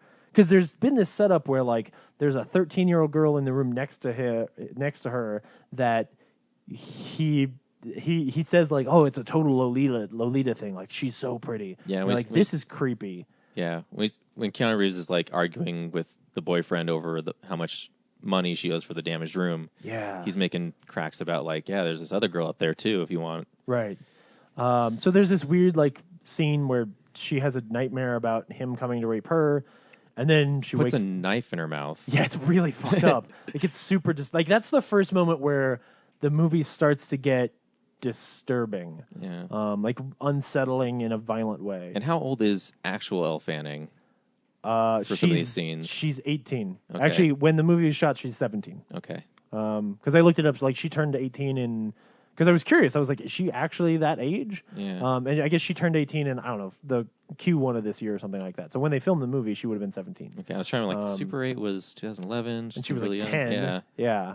But, so she's deep throating this knife. Yeah, it's super awkward.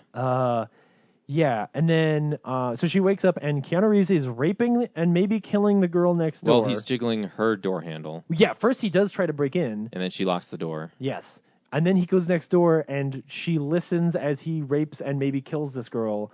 And then she calls Jenna Malone, and the third act starts.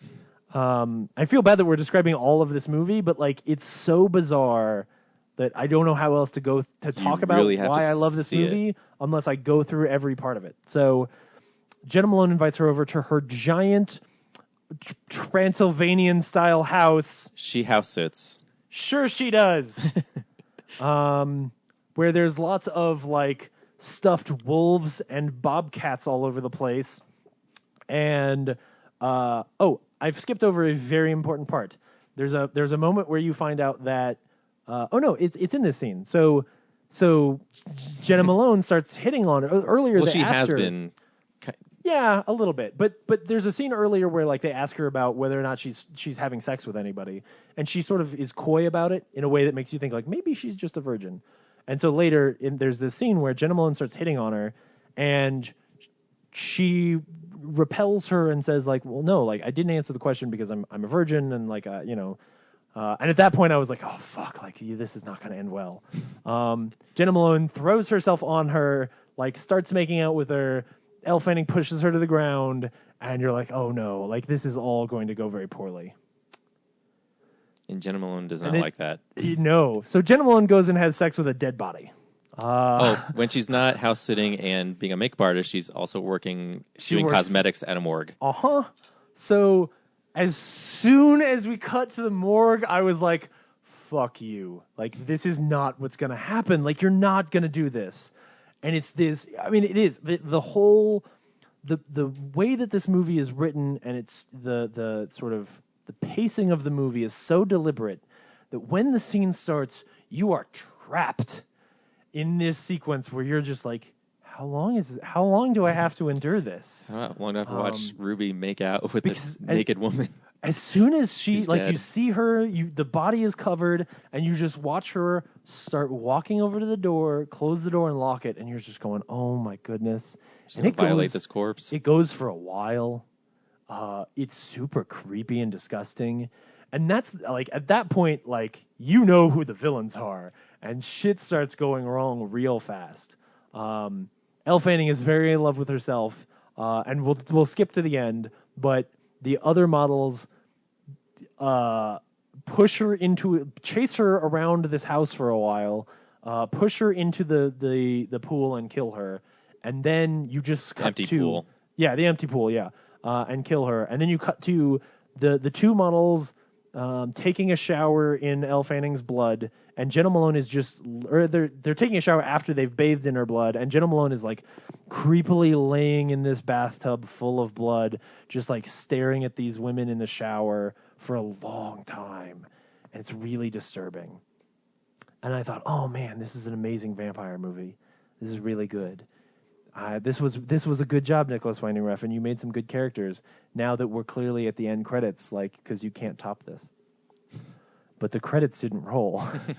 And I was super confused. Like, I genuinely remember thinking to myself, like, oh no, you're going to fuck it up. Like, you've made this really interesting movie that you know, it thinks about beauty and youth and all of these fascinating things and builds these amazing characters, and I'm totally sold. Why are you fucking it up? You should have just ended on Jenna Malone in the bathtub. What are you doing?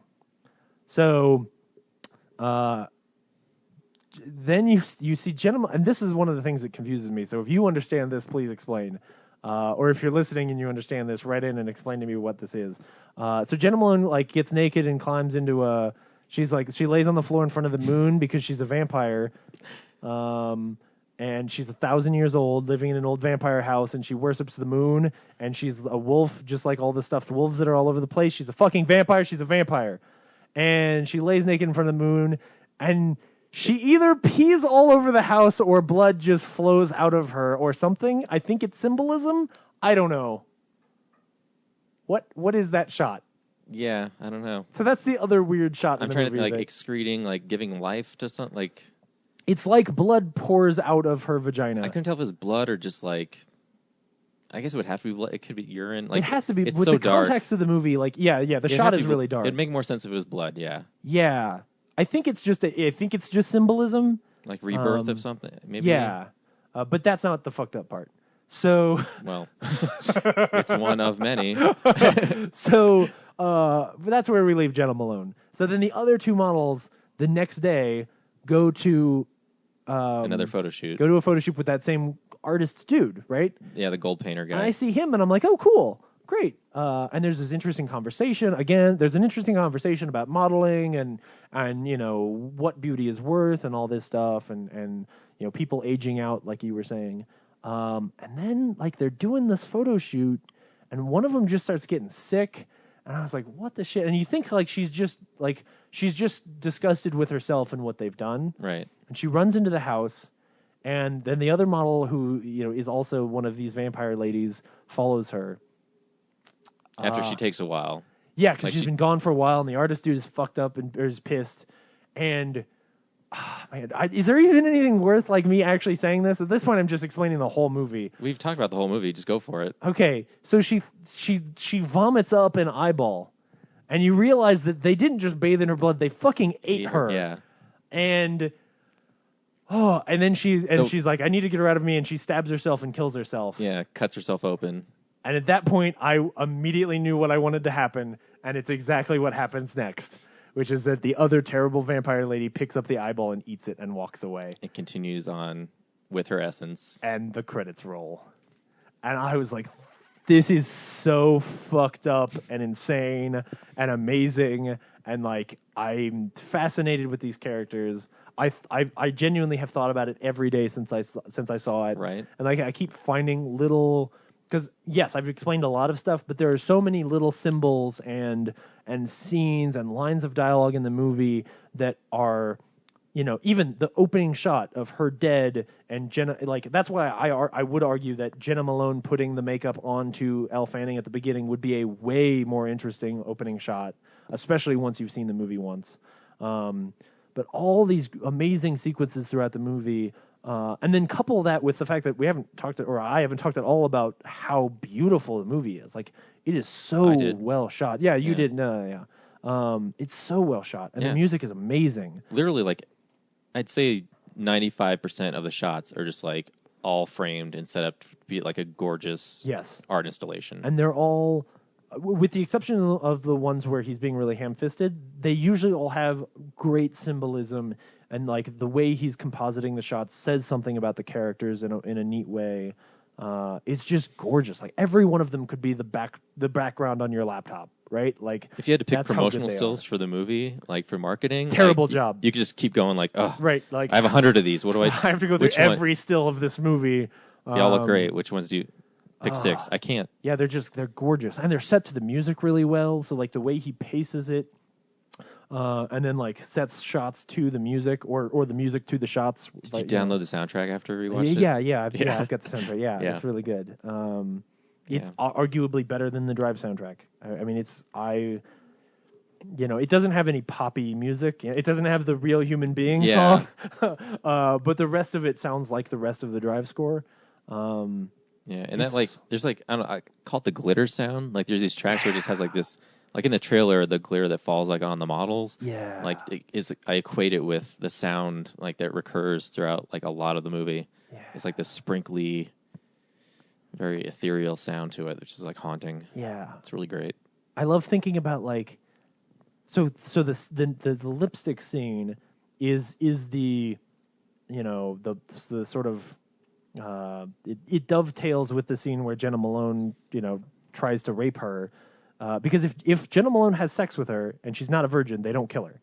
So she becomes either food or sex. Like, that is the purpose she serves in the movie, and why, like, it's why Jenna Malone protects her up until that point, because she thinks like, I'm gonna have sex with you, and then when I can't have sex with you, I'm just going to eat you. And it's so fucked up and I didn't pick up on that. Yeah, this movie's amazing. And I did not expect to like this. Like, I genuinely, I mean, Dan will tell you when I texted him, because it was a last minute choice to go see it. And I was like, well, I'm not inviting Dan because I have to get there right now. Like, so I can't pick him up on the way. But I also knew he probably didn't want to see the movie. So I just texted him, going to see a bad movie.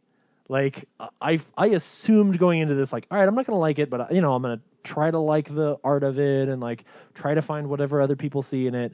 I don't understand how anyone walks out of this movie unless you are disgusted at the end.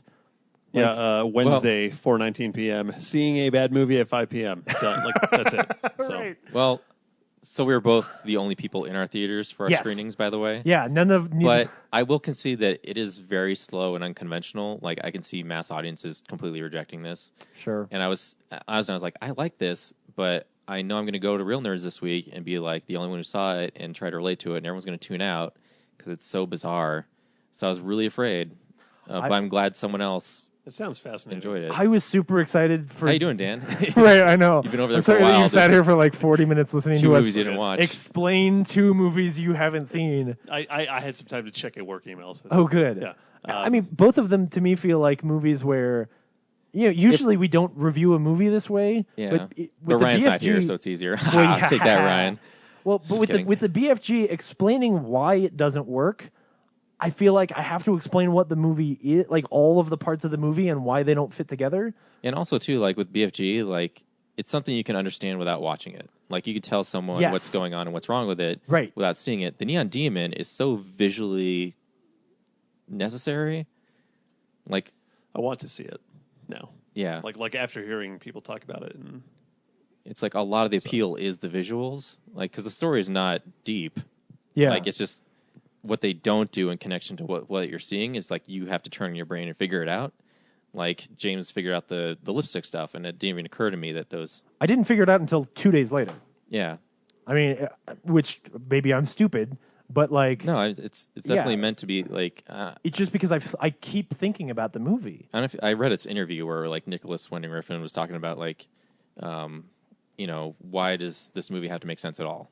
Like I just made my art, and here it is, and you can decide for whatever you want from it. Well, so it's like one of those movies where.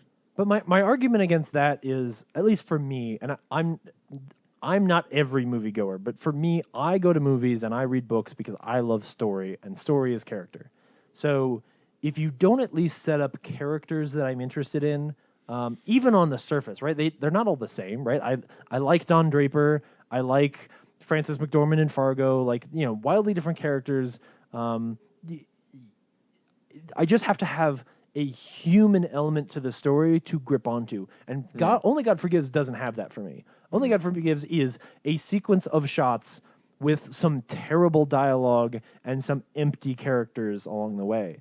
And so while I understand the argument of like, well, I don't need it to make sense, and I agree with that. I'm saying he put it in there, but he's like, whatever you take from it is up to you. Like, right. I'm not trying to tell you what you should enjoy of the movie. Yeah. I just did it. Right. And you have to accept it or not. And I 100% agree with that, as long as there's that human element in there for me to even connect with. Yeah. If it's just art, like if you took out all of Jenna Malone and Elle Fanning's dialogue in this movie, you would have a similarly artistic movie. Like here's a bunch of beautiful shots that theoretically a person could piece together this story into, but I wouldn't connect with the characters the way that I do. And that would leave me very cold. It's like looking at a painting and going like, okay, I get it. Like you smeared shit all over the canvas, and like I guess that's artistic, and you painted something that's kind of pretty and it's cubist, right? It's Picasso. And I'm looking at it and I'm like, okay, I get that like talent went into this, but I don't connect with it on a human level. So what do I take with me? And this is not that. Like this has some really core stuff to it, and these characters that I do care about and am interested in, and that ties to this greater narrative where I feel like art is additive.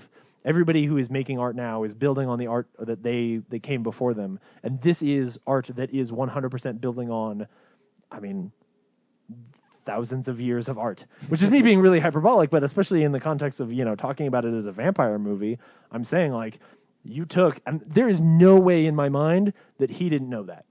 There are too many symbols in this movie. There's too much going on. The whole conversation about the moon, because I didn't talk about that, but this whole conversation about the moon watching you. Oh, yeah, I forgot about that. All of that stuff ties into old vampire lore. Like, that's what this movie is. There's no way he didn't know that going in. And I'm not saying that's what you have to get out of it. I'm just saying he's building on all of these cultural building blocks in the way that great art does. Is it a movie for everyone? No. Like I told my parents, don't ever go see this movie. And my mom will listen to this podcast, and at this point she's like, why do you like this? You just explained that there's like a half-dead lesbian sex scene, and like you said the word vagina, and I'm uncomfortable. Like my mom has driven her car off of the highway. Like it's awful. But I love this movie. Like this is probably the closest this year that a real horror movie will get to my list. Like this is probably that one because I think it's really good. Yeah. So it's interesting you said like you didn't like Only God Forgives because like it had empty hollow characters that weren't interesting. I mean, but Yeah. And I didn't enjoy it either. I thought it was boring as hell. But thinking about, like, okay, the title's Only God Forgives. Like, it seems like it's supposed to be about these awful, uninteresting characters. So it's like, maybe that's on purpose? The result that we took away was like, yeah, we enjoy this, but maybe, like... Yeah, I mean, maybe, yeah. That was what he was going for exactly. Yeah, I can totally see that. I mean, then it's in that realm of like a season 2 of True Detective, where it's like, okay, yeah, great, you filled a whole movie full of like completely piece of shit characters that I don't want to root for. Yeah. There is definitely some value in that. It's just not. I guess that's just not for me. But he's definitely not doing things arbitrary. I don't know if you ever saw that documentary his wife made. I talked about it. No, I didn't. I forget what it's called, but yeah, his wife filmed him while he was making Only God Forgives. Oh, and just like all the stress he had of like, everyone wants me to follow Drive. I don't want to do Drive again. I'm Sure. making this movie, and if you don't want to do Drive again, don't cast Ryan Gosling in your movie.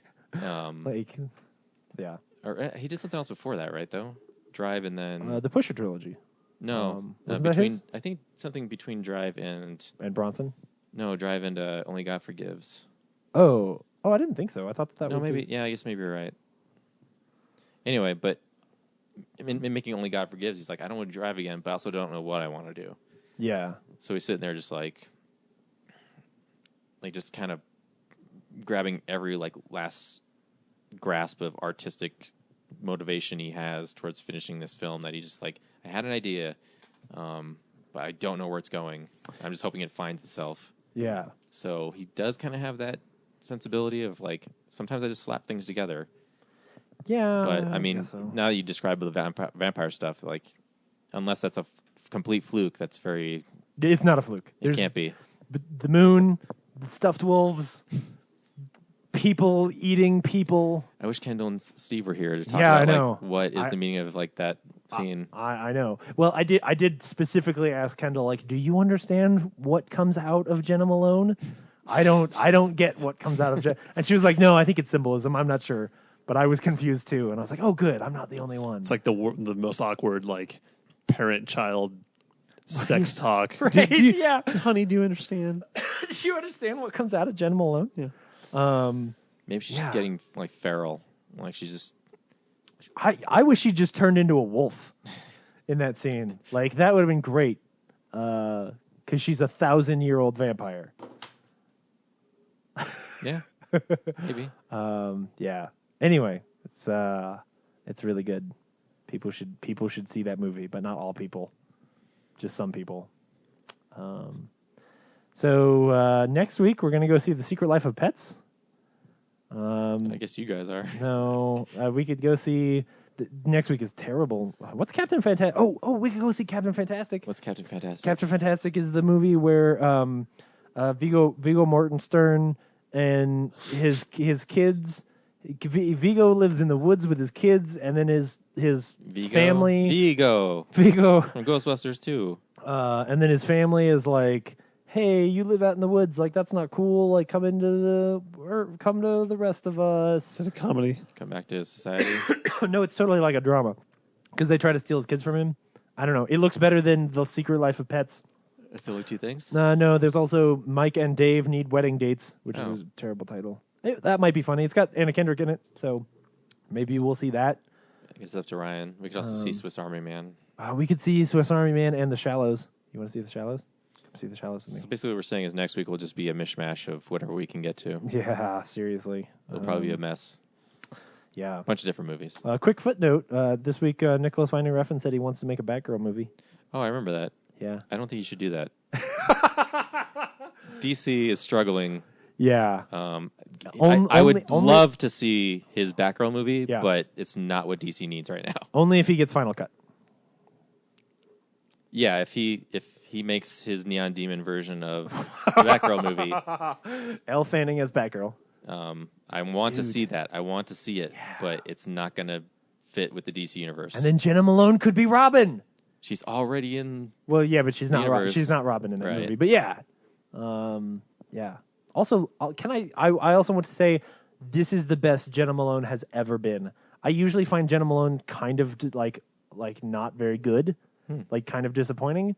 And this movie, I was like, awesome. You pulled this off for me.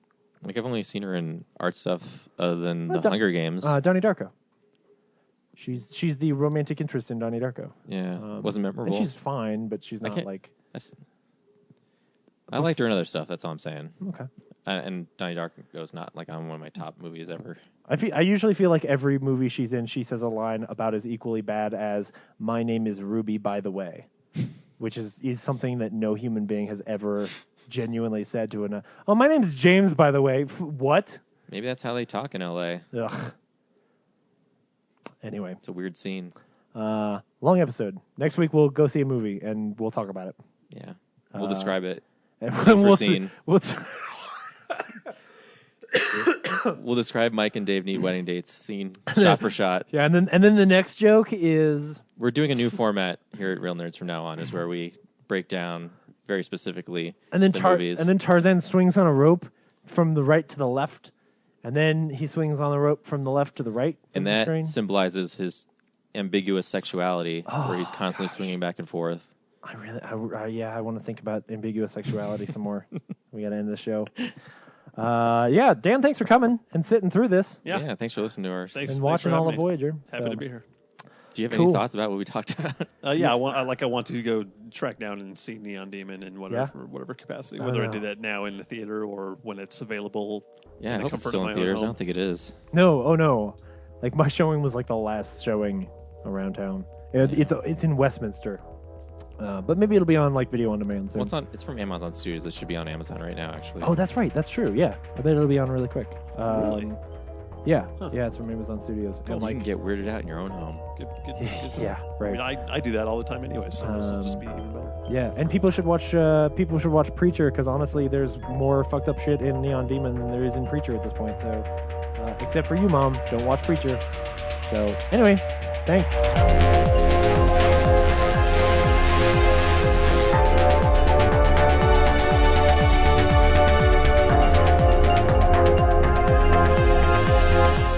Real Nerds is a Nebulous Visions multimedia production.